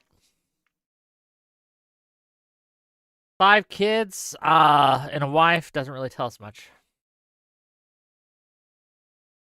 Do you have links? Zero Fox, you said he was a reverend. Can you link me any information on that, please? Any information showing he was involved with the church or anything like that? Thank you. I appreciate that. And just DM it to me, please. But we're trying to build a profile on this guy, okay? That's what we're doing right now. And we're also looking at live updates and things like that. Okay, we got breaking news. Authorities believe suspect is no longer in Brooklyn Park area, and the shelter-in-place order is lifted. So apparently he has escaped the cordon. Okay, he has escaped the cordon. Okay, and if he is training in like security things and things like that, it's likely he knows his business, right? It's likely that he knows how these things are set up, and he's able to get around that. So the shelter-in-place order in the city of Brooklyn Park was lifted Saturday afternoon after reason to believe the suspect is no longer in the area, the city said in a statement. The Brooklyn Park police are no longer requiring people to shelter in place. The suspect is not in custody, but there's reason to believe he is no longer in the area. Watch media for a photograph of the subject, blah, blah, blah. Okay. So they think he got out of this. They have reason to believe he got out of this. Investigators issue lookout to Border Patrol officials in search for suspect. So investigators have issued a lookout to Border Patrol officials on both sides of the U.S.-Canadian border as they work to locate suspect Vance Bolter. A source familiar with the investigations tells CNN. Photos of the suspect have been widely sent out to Border Patrol personnel in case Bolter attempts to flee into Canada. And that's just smart, I think, right? What are you linking me, buddy?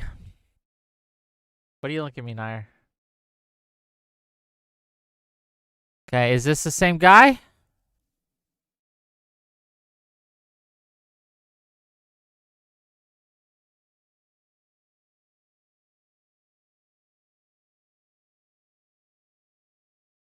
Probably. Thank you for the link.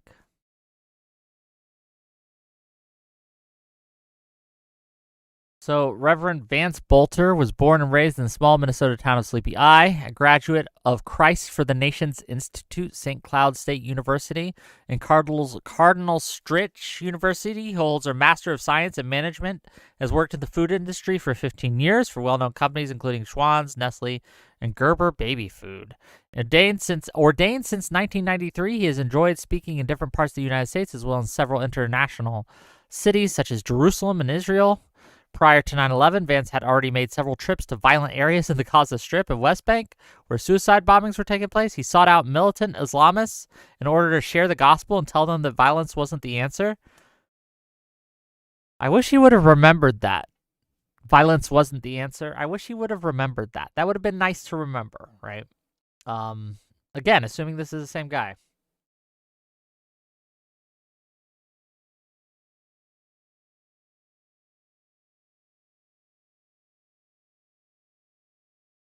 I'm going to screen cap that. That'll be useful. When did he forget? Let's look at more information. This is pictures of him, unity in the body of Christ, power of joy, living God, blah, blah, blah, sermons. Here's another bio, apparently. CEO of Red Lion Group. Man, what hasn't this guy done, okay? What hasn't this guy done?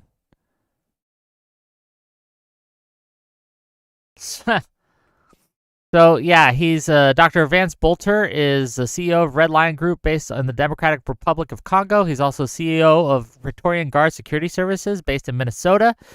Majored in international relations for his undergraduate. Oh, damn. Okay. Worked for full-time for largest companies in the field, and that's his leadership team. We already saw that.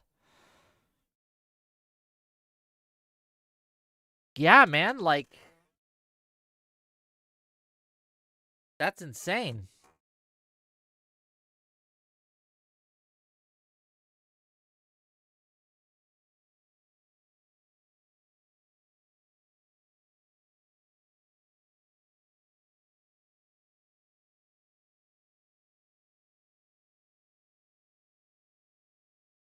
Look, I don't know what motivated the guy. We don't know yet. Maybe he had a break, right? Maybe he had a psychotic break and just decided abortion is too much and I have to kill all the abortion people, right? I don't know. Or it could be something entirely unrelated.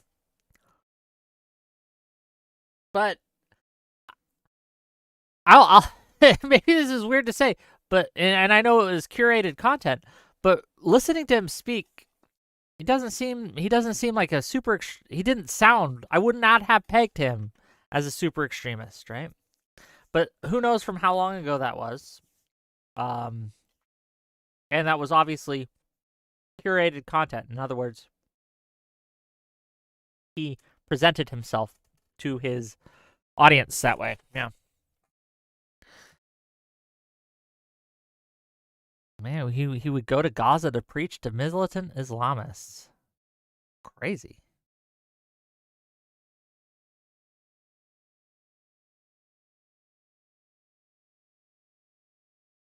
If you have any more information on this guy, please give it in. Why am I on abortion? Because the target list was a bunch of pro-life advocates and abortion providers, according to the news. That's why I mentioned that. That the target list they found with him was a bunch of abortion providers and pro-choice lawmakers.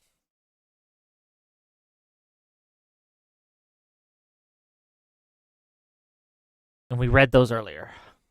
Any new info? The new info, Wolf of Mandalore, is that he has escaped apparently the cordon. So the cordon that they set up in Brooklyn Park area, about a 3-mile radius from the shootings, they have reason to believe that he is no longer within that cordon area.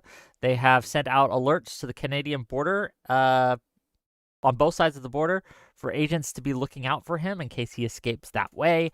They've released a photo of him, and they've talked about how he was last seen wearing a cowboy hat and a loose kind of coat and brown slacks. So he bros this Belter, right? Is a former security and worked he was involved. Let's read it again. He was involved in security situations in Eastern Europe, Africa, North America, and the Middle East, including the West Bank, Southern Lebanon, and the Gaza Strip. Yeah, dude's not an amateur, it doesn't look like. This isn't a Luigi Manleone situation where he just gets a gun and goes. Brother planned this. And it seems to have been skillful enough to escape the cordon.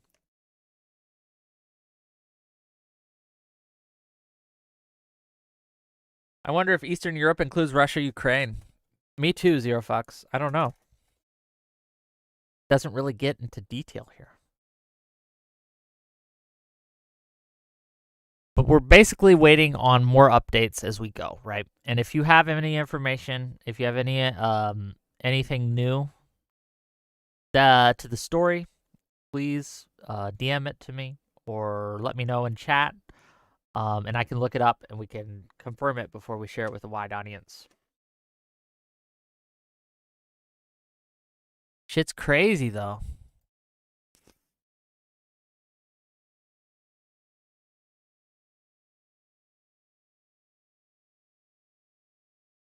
Wolf of Mandalore says, if he gets to Canada, do you think the Canadian government will work with our government to apprehend him? Yes, obviously. Why wouldn't they? Old Scotty says probably caught an Uber out of the area. I doubt it. It was at like 3 a.m. that these shootings occurred. Maybe, though. It's possible. I don't know. That's what we got. That's what we got.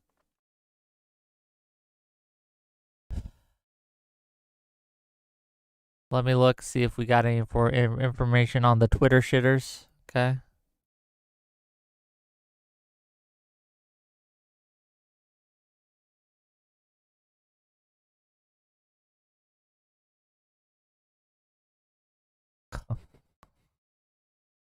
Speaking of misinformation and bullshit, Cernovich, did Tim Walz activate an assassin against the political rival who voted against him, his plan to give illegal immigrants free health care?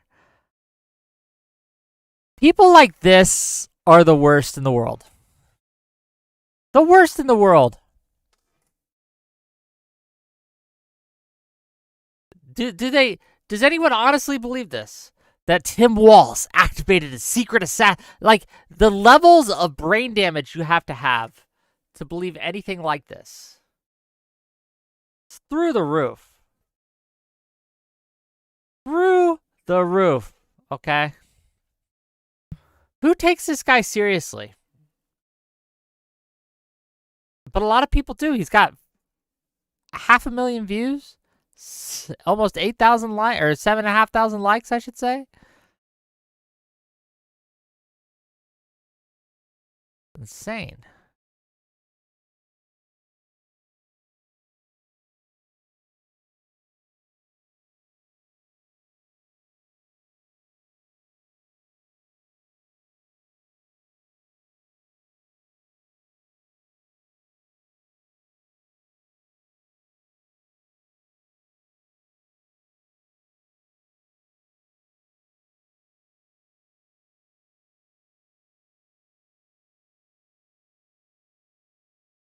Yeah, I'm not seeing any new information, gang. I think we are up to date. We are up to date. You, if you've been watching this stream, have as much information as anyone else in this country about the shooter, about the situation, and about the motivations.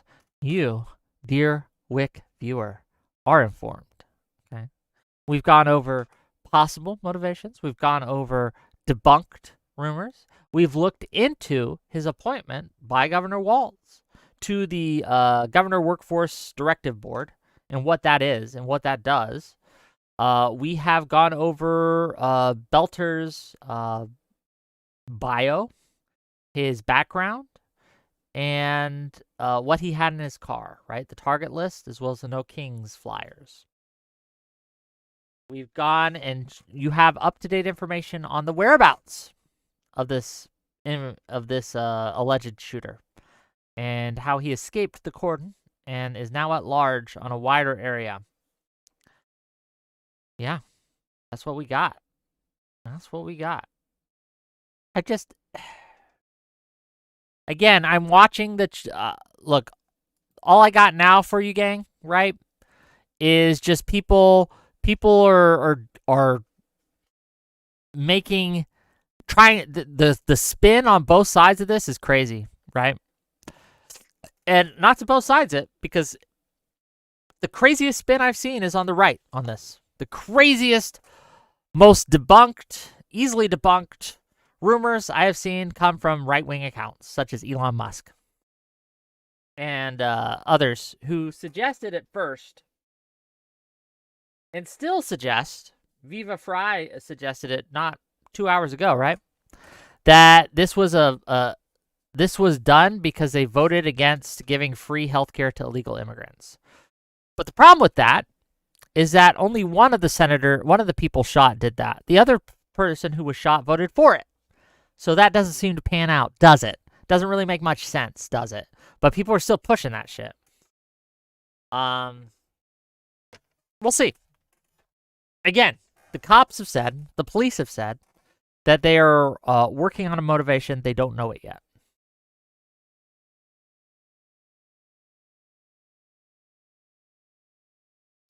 We have a list of targets, and they have apparently a manifesto.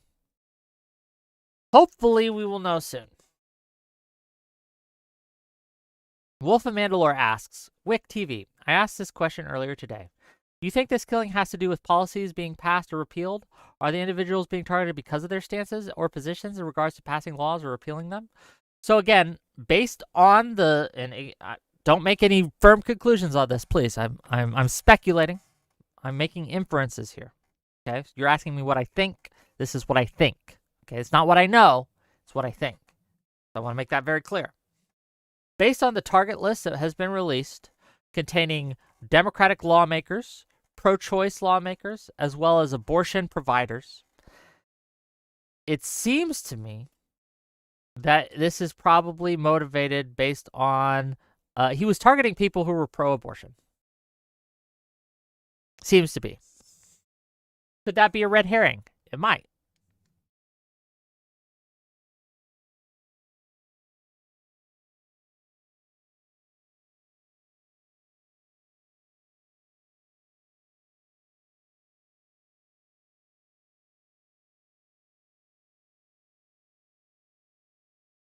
We don't know. That's the answer. We don't know. It can be fun to speculate, right? It can be fun. And I don't think it's wrong to engage in some speculation. When it becomes wrong, okay, this is a difference between, I think, healthy speculation and unhealthy speculation. Speculation, I think, is permissible, and speculation, I think, is immoral. So speculation based on the evidence provided, which you are willing to change your mind on if new evidence is provided that contradicts that, that's fine. There's nothing wrong with that. When you hear something and then you refuse to change your mind on it because you heard something, and then any new evidence will fail to convince you otherwise, that's unhealthy speculation. Immoral speculation is sans any evidence, you arrive at a conclusion, and then you go back and you cherry pick any piece of evidence that seems to support your conclusion or that you can manipulate to support your conclusion, and you ignore all the evidence that contradicts your conclusion. So, for example, people who are saying, I wonder if this is this something where they were was this a personal hit? That's fair speculation. We don't know. We have no idea. But it's fair to speculate, oh, the killer knew the individuals, they had a spat, some kind of personal beef, and there was a killing involved. We don't have any evidence on that, right? But it's a fine assumption to make because there's no evidence to contradict that.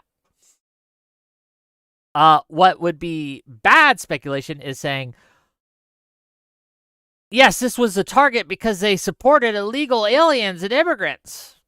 Because they refused to support the illegal aliens and immigrants, they were targeted and hunted down by Democratic assassins activated by Tim Walz. No, that's crazy, because we have direct evidence contradicting that narrative, given that one of them voted for the illegal immigration and one of them voted against.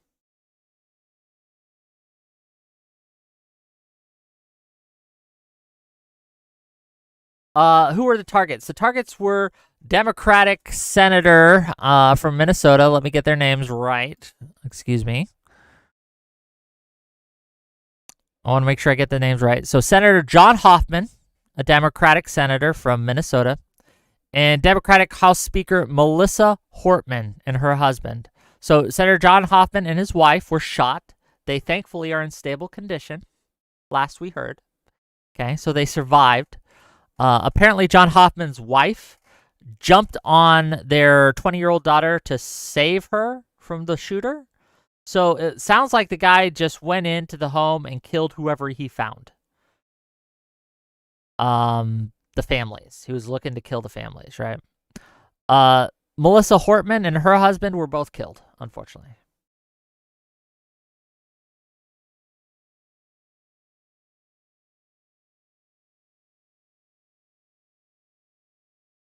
The Wolf of Mandelsora says, yeah, I think that's a very shallow position. There has to be something that the victims who were killed have in common with the rest of the people on the list.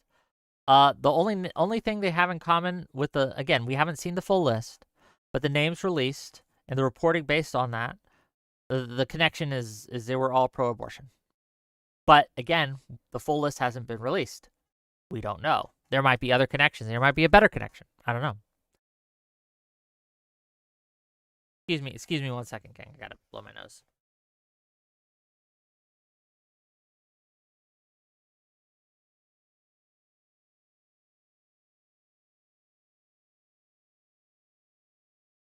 Boogers, gang, boogers, and snot.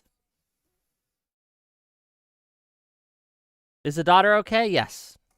No reported injuries, I don't think, on her.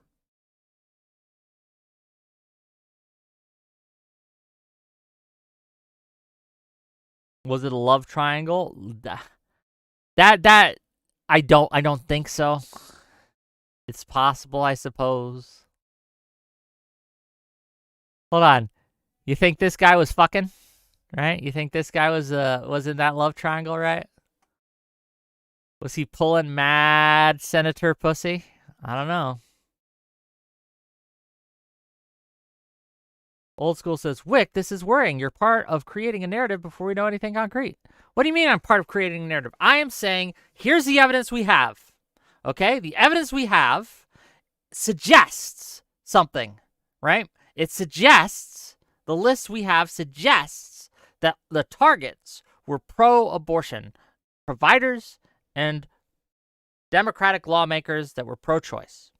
That might be wrong, I'm telling you. But that is the current evidence that we have. That is what that suggests.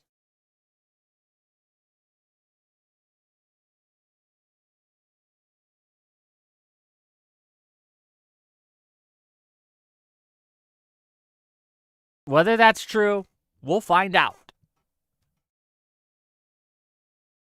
Hopefully. I would have less boogers if I snorted more coke. Man, I don't do hard drugs like that, man. Not really.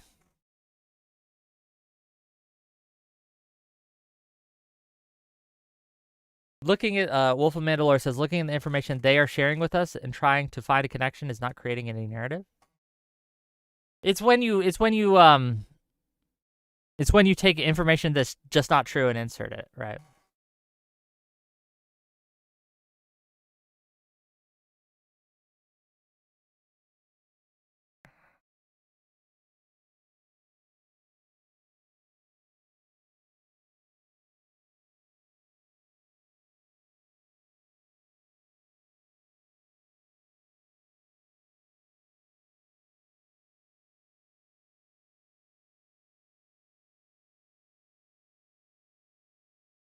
I'm still seeing this bullshit being pushed. I'm still seeing the bullshit from, what is this? 6 minutes ago, right? This bullshit being pushed that she's being targeted because she voted against healthcare for illegals. She did. But the other guy voted for it. Very unlikely, if that was the motivation, that he would target both. Why? The other targets listed on the list didn't vote for against it.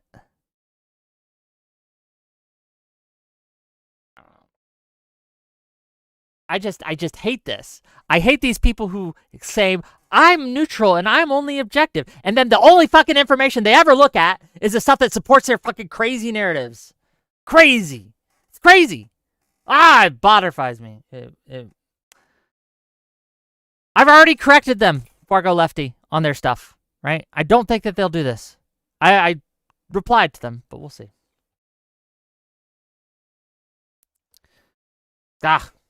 Sorry, I get annoyed. We've had an on-stream snack break. No cow Mike. We've been eating little pizzas, right? Yum yum.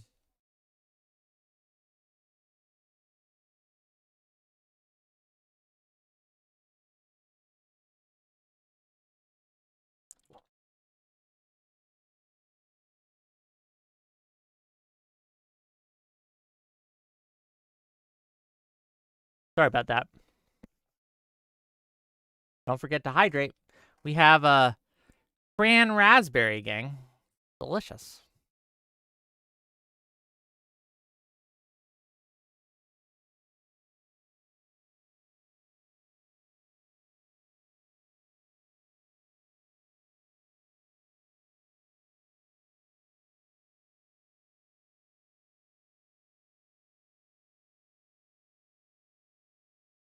Delicious.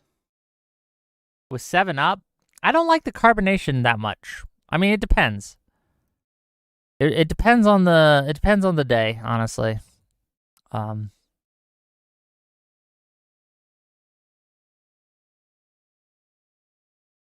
We're still waiting on more updates, gang. I'm monitoring the situation, right?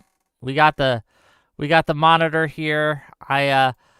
What I do Okay, let me teach you how I look for breaking news. Okay, so I have a couple sites up. Okay, I have the CNN up, I have AP up, I have New York Post up, and I have X up. And I look for updates. And then when an update comes, I try to verify that update. So if they produced a list, for example, and they said, this is a list, we would look at the list and see if it's valid and what the names are, right? That's how we do it. That's how we go.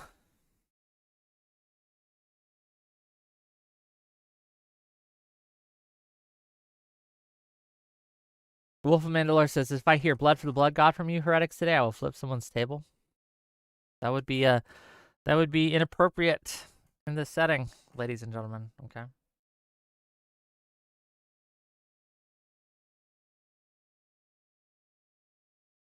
No, I don't have ground news as one of my trusted sources.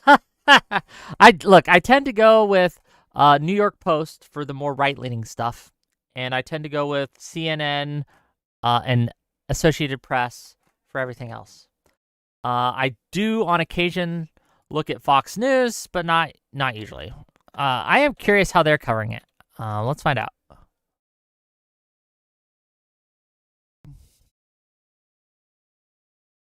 Let's look to see how Fox News is covering this story.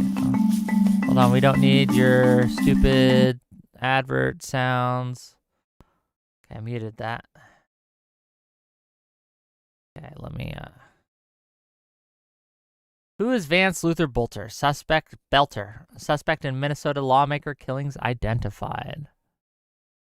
Okay, let's see how they cover this.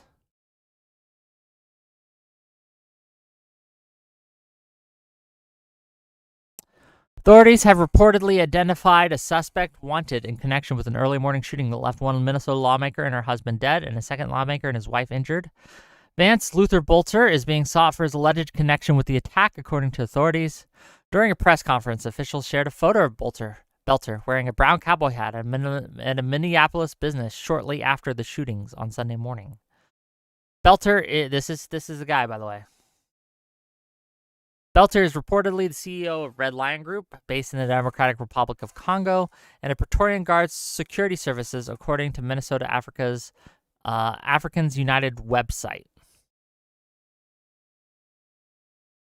I've been doing projects in the Democratic Republic of Congo and Central Africa for the last 3 years with the Red Lion Group, Belter wrote on his LinkedIn page last month, noting that he is currently open to work. Belter possesses an extensive security background with experiences in Situation Africa. We already read that. Blah, blah, blah, blah, blah. Belter's family members, Praetorian Guard Services, Security Services, and Minnesota's Africans United did not immediately respond to Fox News Digital's request for comment.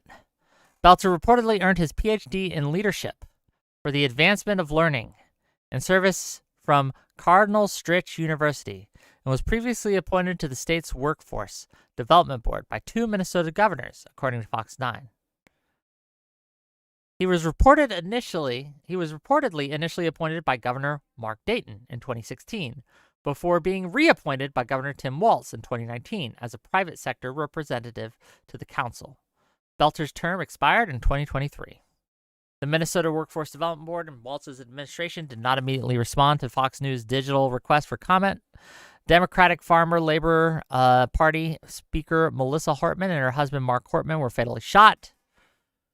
We must all in Minnesota and across the country stand against all forms of political violence. Those responsible for this will be held accountable, says Walz. In a related shooting, DFL Senator John Hoffman and his wife Yvette were shot in Chaplin. They are expected to survive and are out of surgery. According to authorities, the gunman was allegedly dressed as a uniformed police officer and was driving a vehicle that appeared to be outfitted as a fake patrol car. The suspect exploited the trust of our uniforms, what our uniforms are meant to represent, Public Safety Commissioner Bob Jacobson said. That betrayal is deeply disturbing to those of us who wear the badge with honor and responsibility. The gunman allegedly escaped through a back door of Hortman's house following an exchange of gunfire with police, officials said. And here's the No Kings stuff again. State Police Colonel Christina asked people not to attend any of the No Kings protests scheduled throughout the state Saturday. She said authorities do not have any evidence that the suspect would be targeting the protest, but added that police had discovered a pile of No Kings flyers inside a vehicle believed to be tied to the gunman. President Donald Trump said in a White House statement that the FBI would aid in the investigation. Our Attorney General Pam Bondi and the FBI are investigating the situation, and they will be prosecuting anyone involved to the fullest extent of the law. Such horrific violence will not be tolerated in the United States of America. God bless the great people of Minnesota, a truly great place.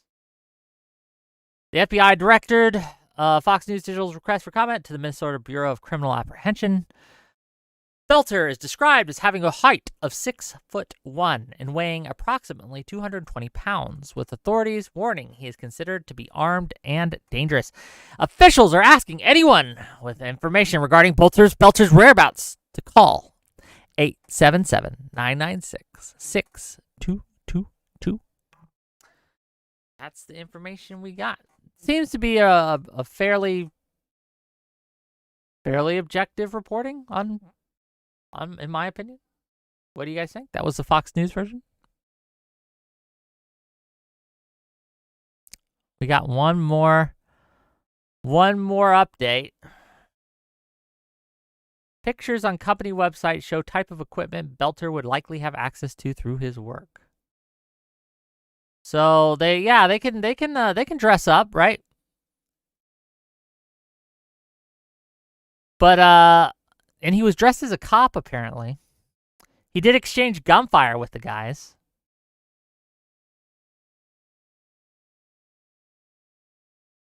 Yeah, I don't think we have any info, any picture of what he was wearing at the time of the attack, unfortunately. How tall am I? What do I weigh? Man, these are very personal questions. 5'8", 180.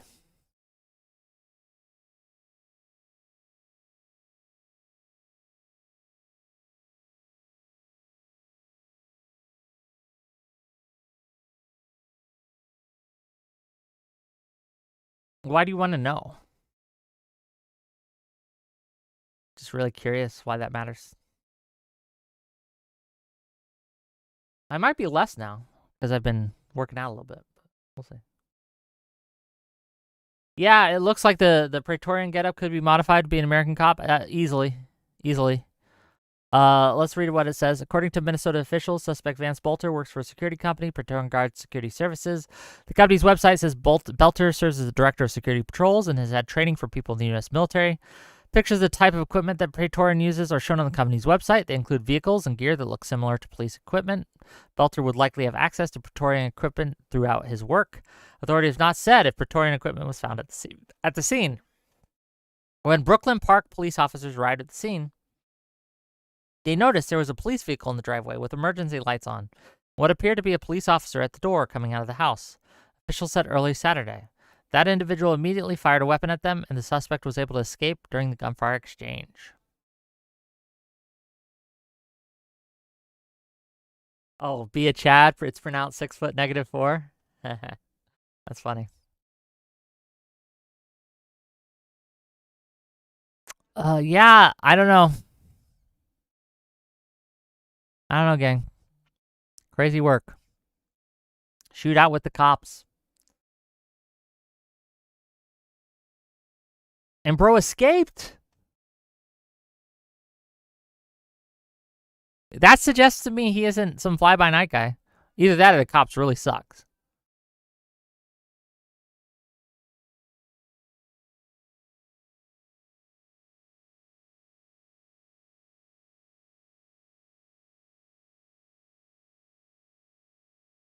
I'm looking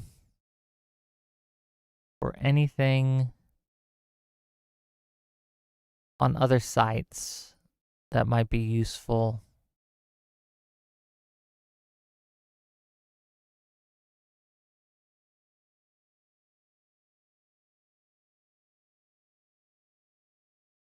I don't see any other useful information, ladies and gentlemen.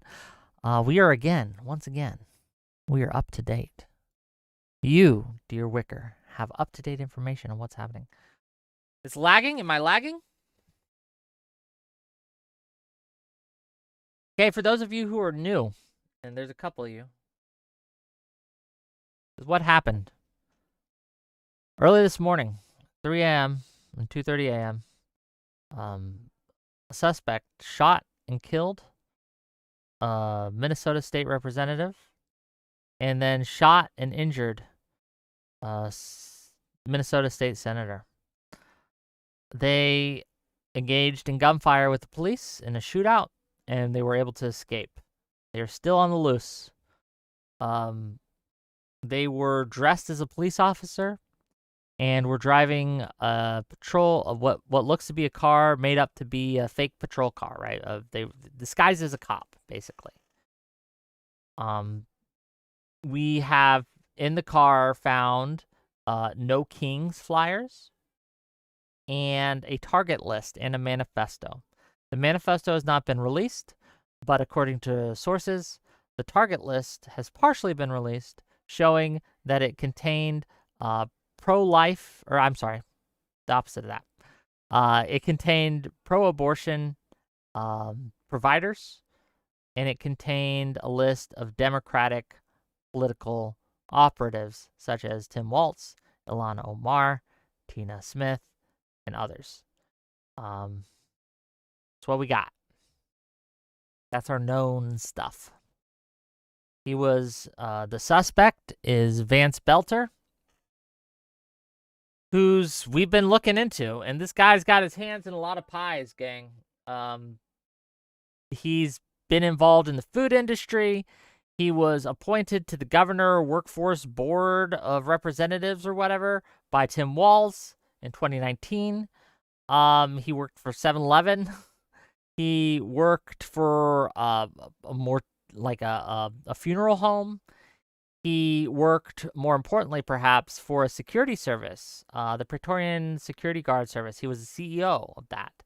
He was engaged in, again, according to him, he was engaged in security situations in Eastern Europe, Africa, North America, and the Middle East, including the West Bank, Southern Lebanon, and the Gaza Strip.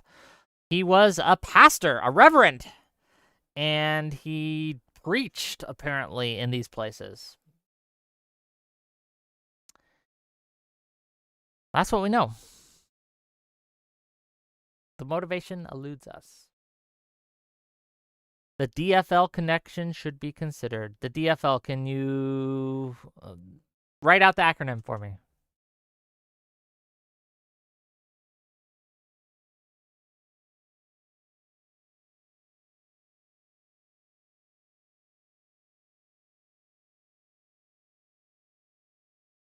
He had a wife and 5 kids. We know that too. We don't know if anyone else was involved in this shooting. He may have worked with others. All we know is that he is a suspect. He is at large. He has escaped the initial cordon. Officers have officers have alerted Canadian Border Patrol and U.S. Border Patrol at the Canadian border to keep the lookout in case he decides to escape across the border. The Democratic Farmer Labor Party? What connection? I haven't seen anything saying he was a member of that party. Do you have a link? What is the connection that you've seen?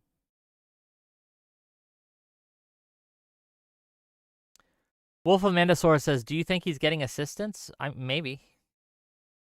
Possible. It's possible he's got someone spotting for him or monitoring the airways for him. I don't know. Oh, both the targets were DFL, the Democratic Farmer Labor Party? Yeah, maybe. Maybe he just had a bone to pick with them. I'm not sure.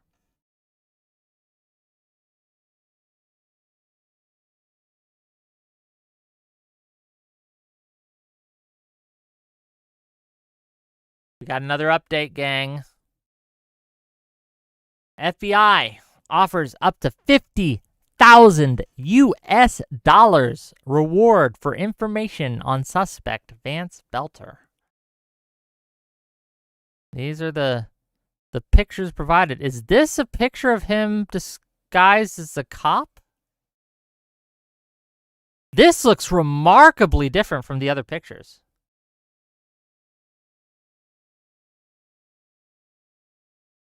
Like, bro shaved his head and everything? Or is that a skin cap? I can't tell. That looks like a mask, too. Damn.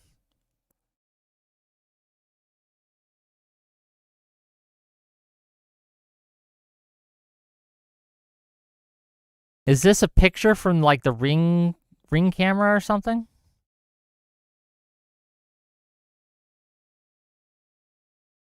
Yeah, that looks like fake skin. I don't know. It does look like a mask. I can't tell.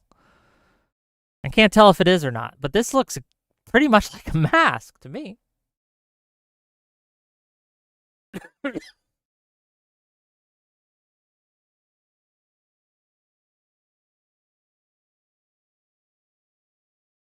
There's a BNO news link in general on Discord.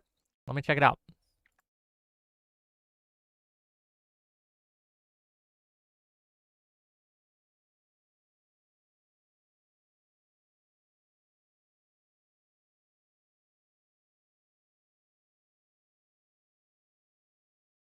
Yeah, they say he's wearing a latex mask. Here's a better picture.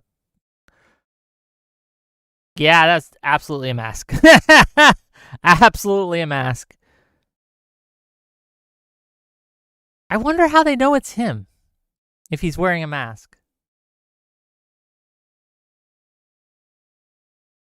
I wonder what information they got that they know it's him.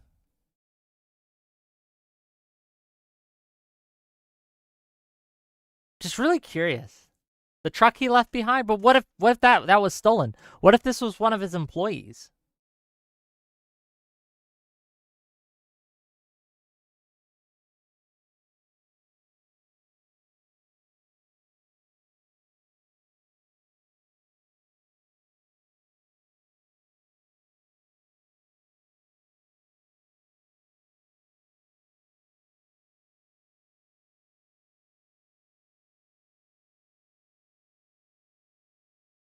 Yeah, I'm just really curious how they identified him.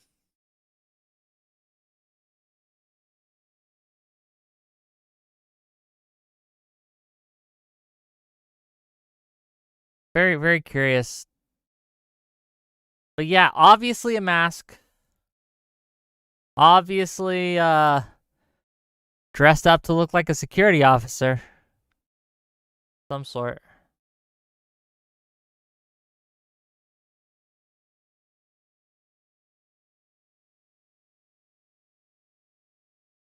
First World Scapegoat says maybe some evidence in the car and they can't find the guy elsewhere. Possible. Possible. Well, they do have another picture of him, right? They do have the latest picture that I've seen. What they claim is the latest picture is this one right here, of him in his cowboy hat, right?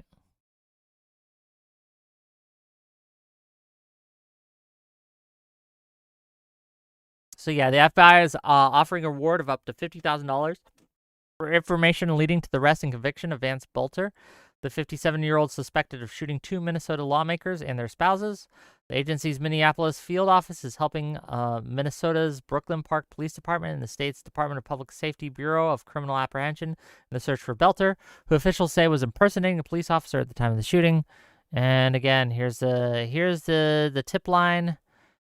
Or the BCA. You can call the FBI's tip line, 1-800-225-5324, or the BCA at 1-877-996-62222. Or you can send an email, I guess, and you can email them. Damn, gang. Sad world we live in.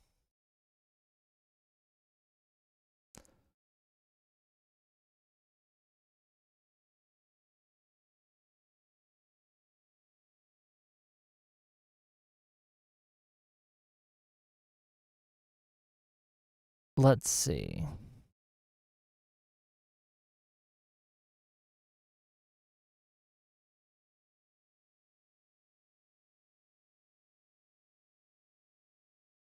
Yeah, I'm not seeing any more information.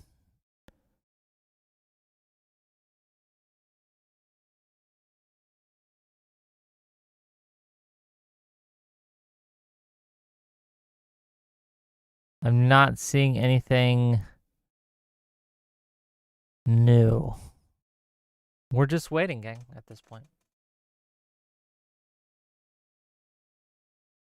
Natural Phenomenon says the protests here were huge. Are they over? Are the protests over? Are they still going? Natural Phenomenon. We've been all of our coverage today has been on the shooter. I haven't even looked to see how the protests are doing, or how the parade went, for that matter. Wasn't there supposed to be a military parade today? How'd that go? How'd it happen? Like, was there anything newsworthy in that? What about the protests? How large were they? Do we know? Do we have a estimate of attendance? Anything? Yeah, this has basically been what I've been doing all day, is reading, researching, and trying to figure out information about the shooting of the two Democratic lawmakers, and looking into Belter. People are saying 100,000 in Philadelphia? Damn, a lot.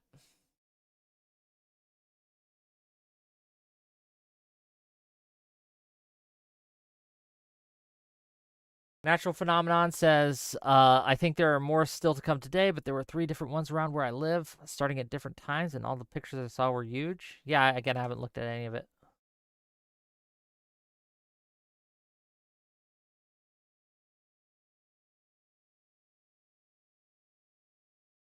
Also, Israel and Iran are still going at it? Yeah. Well, that's going to be an ongoing thing forever and ever and ever.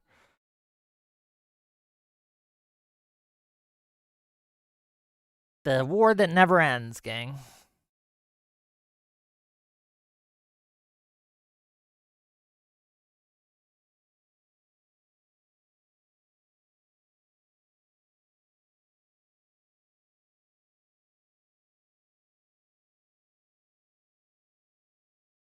I'm not seeing... Okay. People are saying that the wife of the shooting suspect in Minnesota apparently in 2010 interned for Tim Walz. What that means, who knows?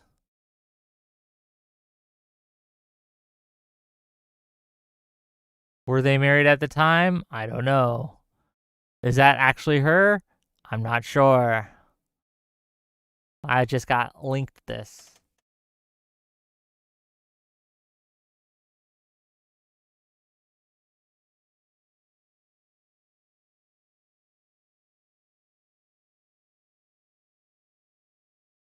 Yes, Fargo Lefty, it is a war that doesn't end.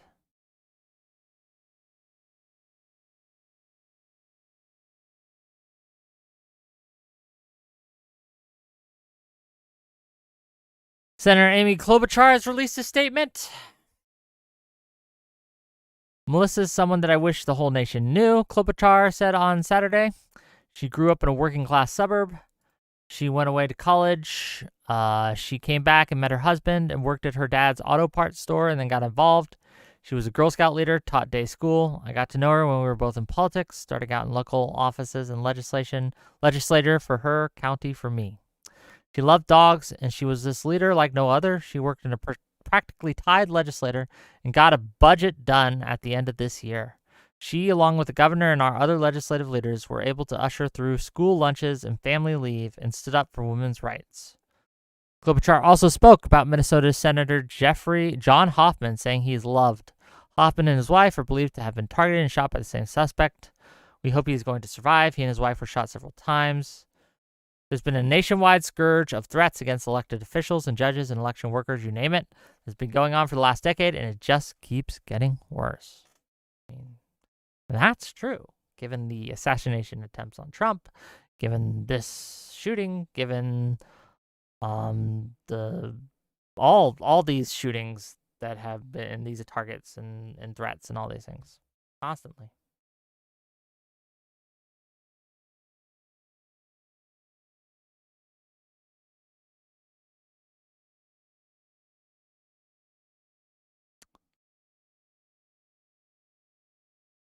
What are you thinking? Do you guys here? Let me ask you this question: do you appreciate me coming on and covering this, or is this just or would you rather I just do a panel on this at some point? Right? Like, what do you like? What do you guys want? Do you guys want me to like live cover things like this, or do you guys want me to kind of just collate the information in private and then come out and give my takes once I've got my takes? What do you guys appreciate? So Shockation says, appreciate the coverage. The internet was markedly quiet considering the heaviness of the matter. Maybe that was just your feed, man. I saw it go crazy on my feed, with conspiracy theory after conspiracy theory about it. And that's why I decided to cover it, is because I saw a lot of people saying bullshit about it.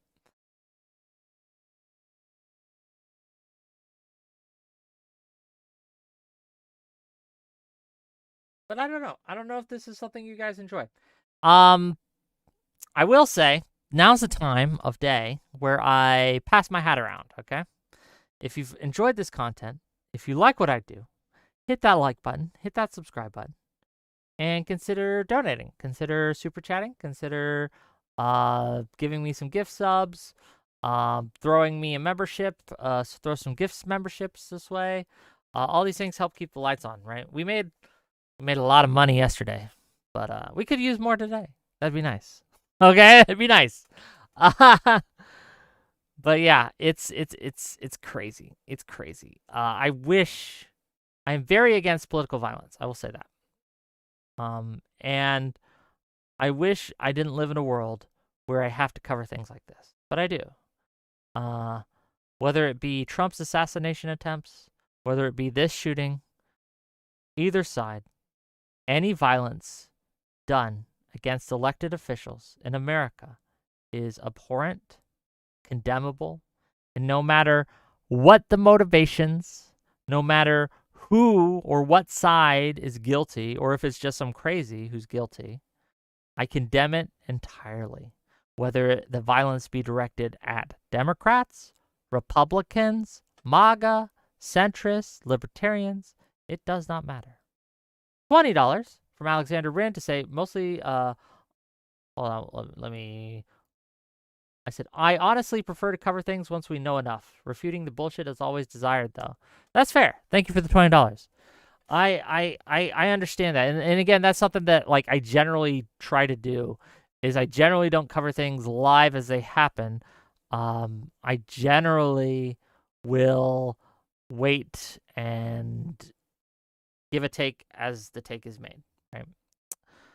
However, again, I thought today we would try something different. And I thought to myself, I'm going to be looking at this stuff all day anyway. Why not do it with you guys? So here we are.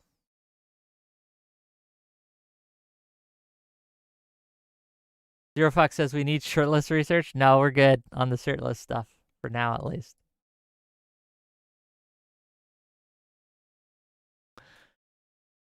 For now, at least.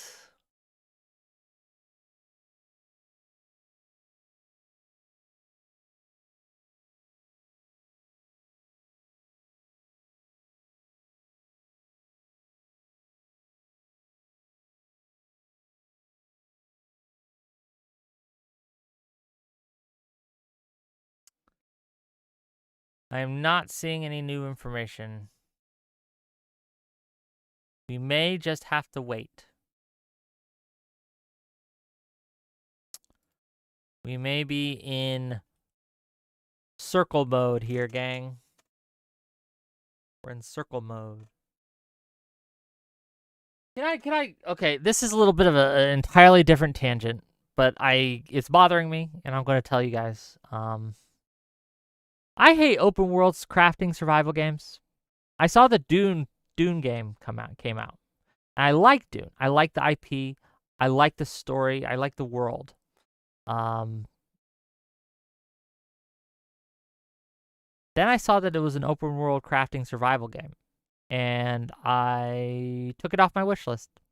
I don't want that. I don't care. I don't like the mechanics. I don't like how that thing plays out usually. It's just not fun for me. We could have had an interesting story, right? An interesting RPG And instead we get this open crafting world survival bullshit. Boo! Boo! Okay, that's it. Zero Fox says, I do like the live coverage. Sometimes valid threads get dismissed and filtered out that can become relevant later on, but accepting the valid info that ignores such info means less people look into it. Fair enough. Greg Yo says, have you gone over the shitty takes about this yet? Yes, we have. Yes, we have. We've covered that.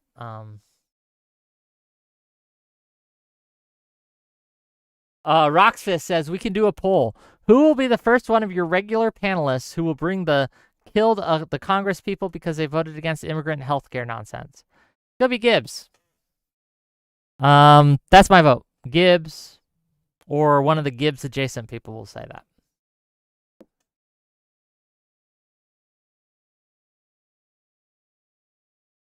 That's my guess.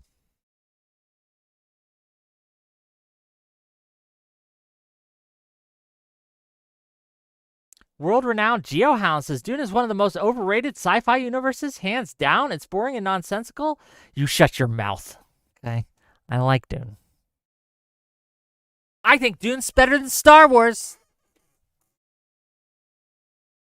There, I said it. You want to talk about overrated? Let's talk about Star Wars, okay? Overrated as hell.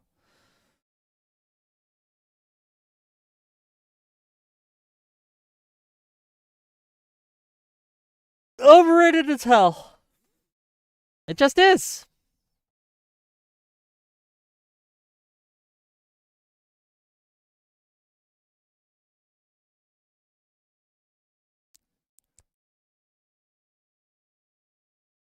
We are looking right now for more information on Vance Belter, on his motivations, on the shooting in general, anything. We are scouring the webs, okay? Scouring.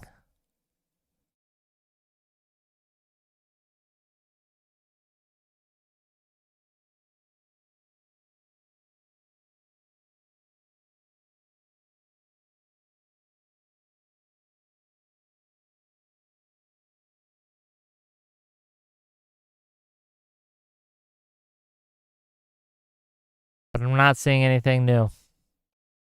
$5 from Alexander Rin to say, what open world survival games have you played? Vampire Survivors.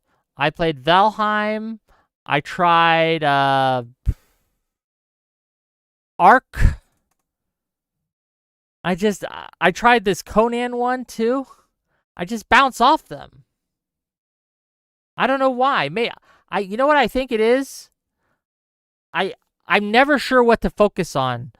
Base building or not, or I don't know. It feels so formulaic, and I can't get into it. Blackbeard's gayest blouse says he was an evangelical. There are videos of him giving sermons. Yeah, we looked at those. We looked at the his reverend status and things like that.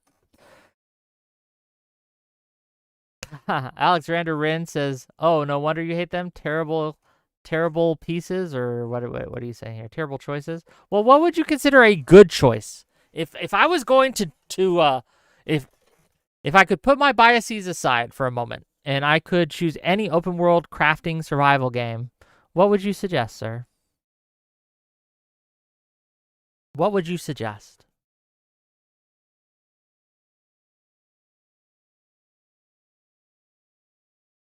What I'm looking for, gang, okay, as we wait for him to suggest something, what I'm looking for is motivation. I want to see that manifesto.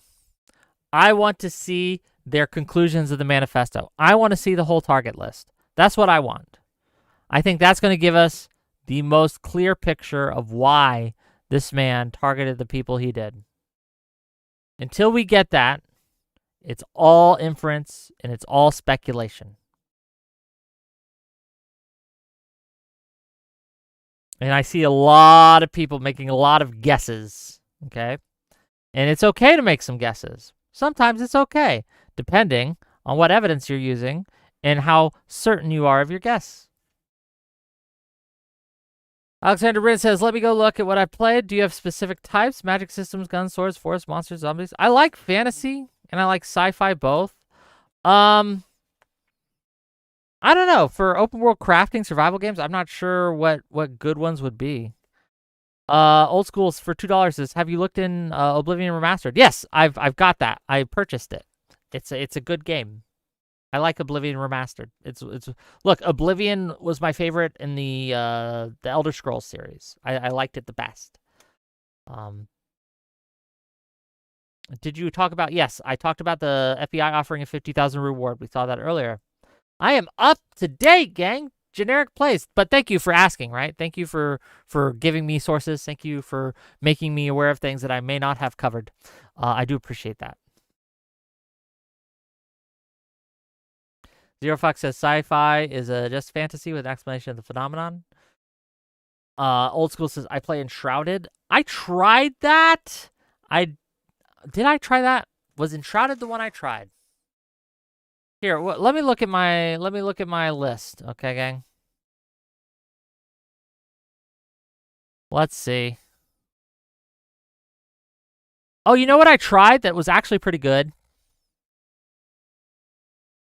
I tried The Tainted Grail: The Fall of Avalon.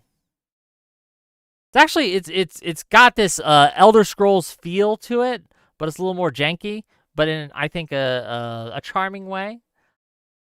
I enjoyed that. I haven't finished it yet, but I played a few hours of it. Pretty good. Tainted Grail, and I like Arthurian Legends, and I like those things.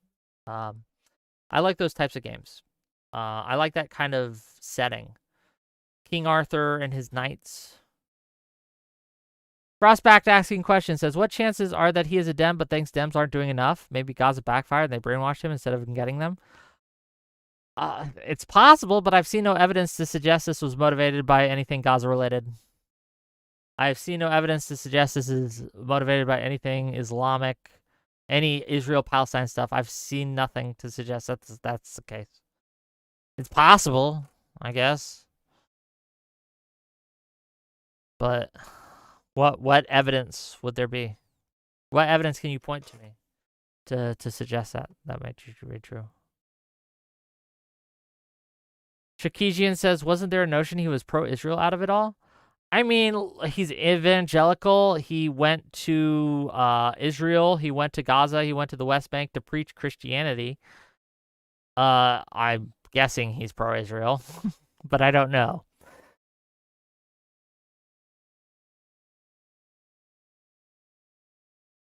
But yeah, I don't see any evidence to suggest that he was motivated by Gaza in this in any way, shape, or form. It's possible, I guess, and maybe it'll come out that he was, but I haven't seen it.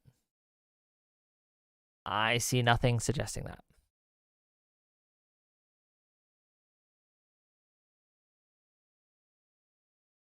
Oh, you know what? I think I tried Enshrouded when it was on Xbox Live, the Game Pass stuff. I think I bounced off of it.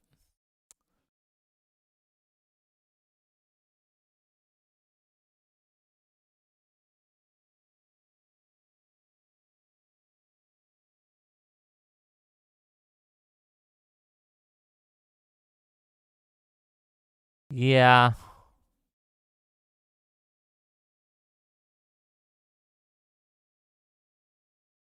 Cernovich is calling Tim Walsh a terrorist who activated a sleeper agent. Why do people take that seriously? That's insane. I refuse. No, I'm not going to go down that rabbit hole. I'm not going to just look up right-wing accounts that are making crazy claims and then just go and just mauled for an hour. I'm not going to do that. I've been trapped in that world before. I don't like it. It doesn't make me feel good, and it doesn't do anything for me. It just makes me angry. That's all it does. I see a bunch of people, grifters, basically, right? Just make shit up. Like blatant misinformation, blatant lies, right? And spin and shameless stuff, really.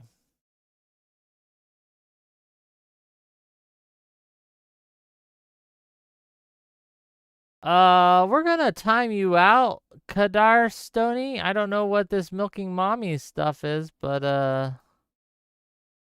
yeah. You're spamming it in my chat. Beer water. Hi, Wick. Hi, Beer water. Nice to see you. Welcome to the show. We're just covering live the killings, unfortunately. Are we back? Are we back? Hello? Hello? Why is it always the same time? The same damn time every day. It's around this time, right? It's not the exact same time, but it's around this time every day. Anywhere from 5:30 to about 7:30, I get disconnected for a little bit. I don't understand. Natural Phenomenon says, were both the lawmakers killed? I thought it was just one of them. It was just one of them, but they were both shot. Right? They both were shot. So, Hoffman was killed. Well, was it Hoffman killed or what? Let me make sure.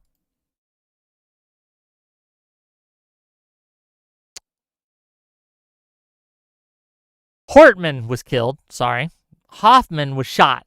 And so far has survived. Is stable.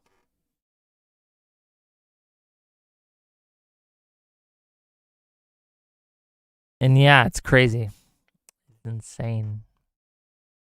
People going around trying to assert their will by violent force.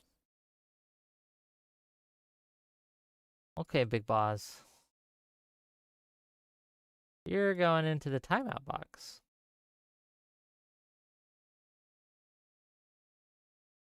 Yep, Hoffman and spouse are in stable condition. Hortman was the one that died, unfortunately. Sad day. Her and her husband were killed, unfortunately. They almost got me. They almost got me. Mori Memento, welcome to the show. Says, they almost got you, Wick, but we won't abandon you. Well, thank you. Thank you for not abandoning me. Thank you. I appreciate that. Again, like we've kind of covered everything that there is on this subject. Unfortunately, until we get new information, there's nothing much more to say. I might just end it. Oh, did I answer your question about online or solo play? I prefer solo games, almost entirely. A good multiplayer game is very, very rare, but I do prefer solo game. Hey, tell you what, Ren, DM me and I'll throw you my Steam code or whatever, and you can just look at what I play, and you can make your decisions based on that. How many accounts do you have? This guy, I don't know who he is, talking about milking mommies, spamming it in my chat. You could just go in the timeout box. I don't know what you're doing. If you keep coming into my account and just spamming shit, I'm going to just ban you. Play men in some Rainbow Six from Van All In. I've played Rainbow Six games before, but the older ones. I haven't played Siege or any of the new ones. 1 second, gang.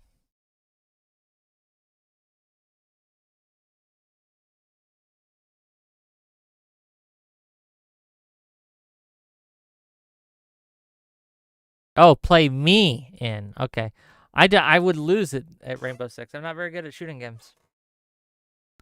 Not very good at shooting games, gang. You would probably beat me.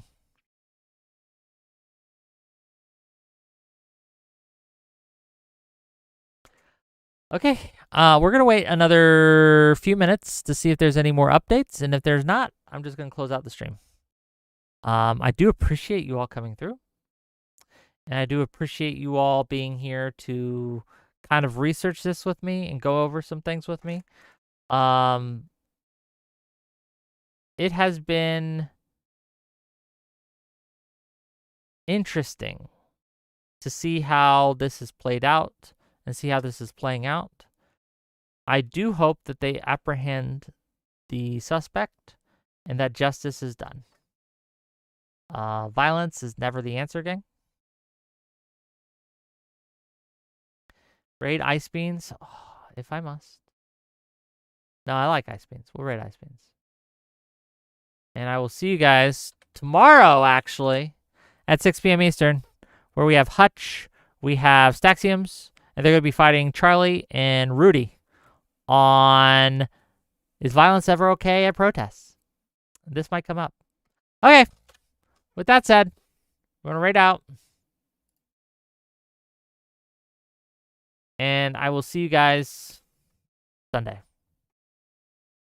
Bye-bye, people. Bye-bye.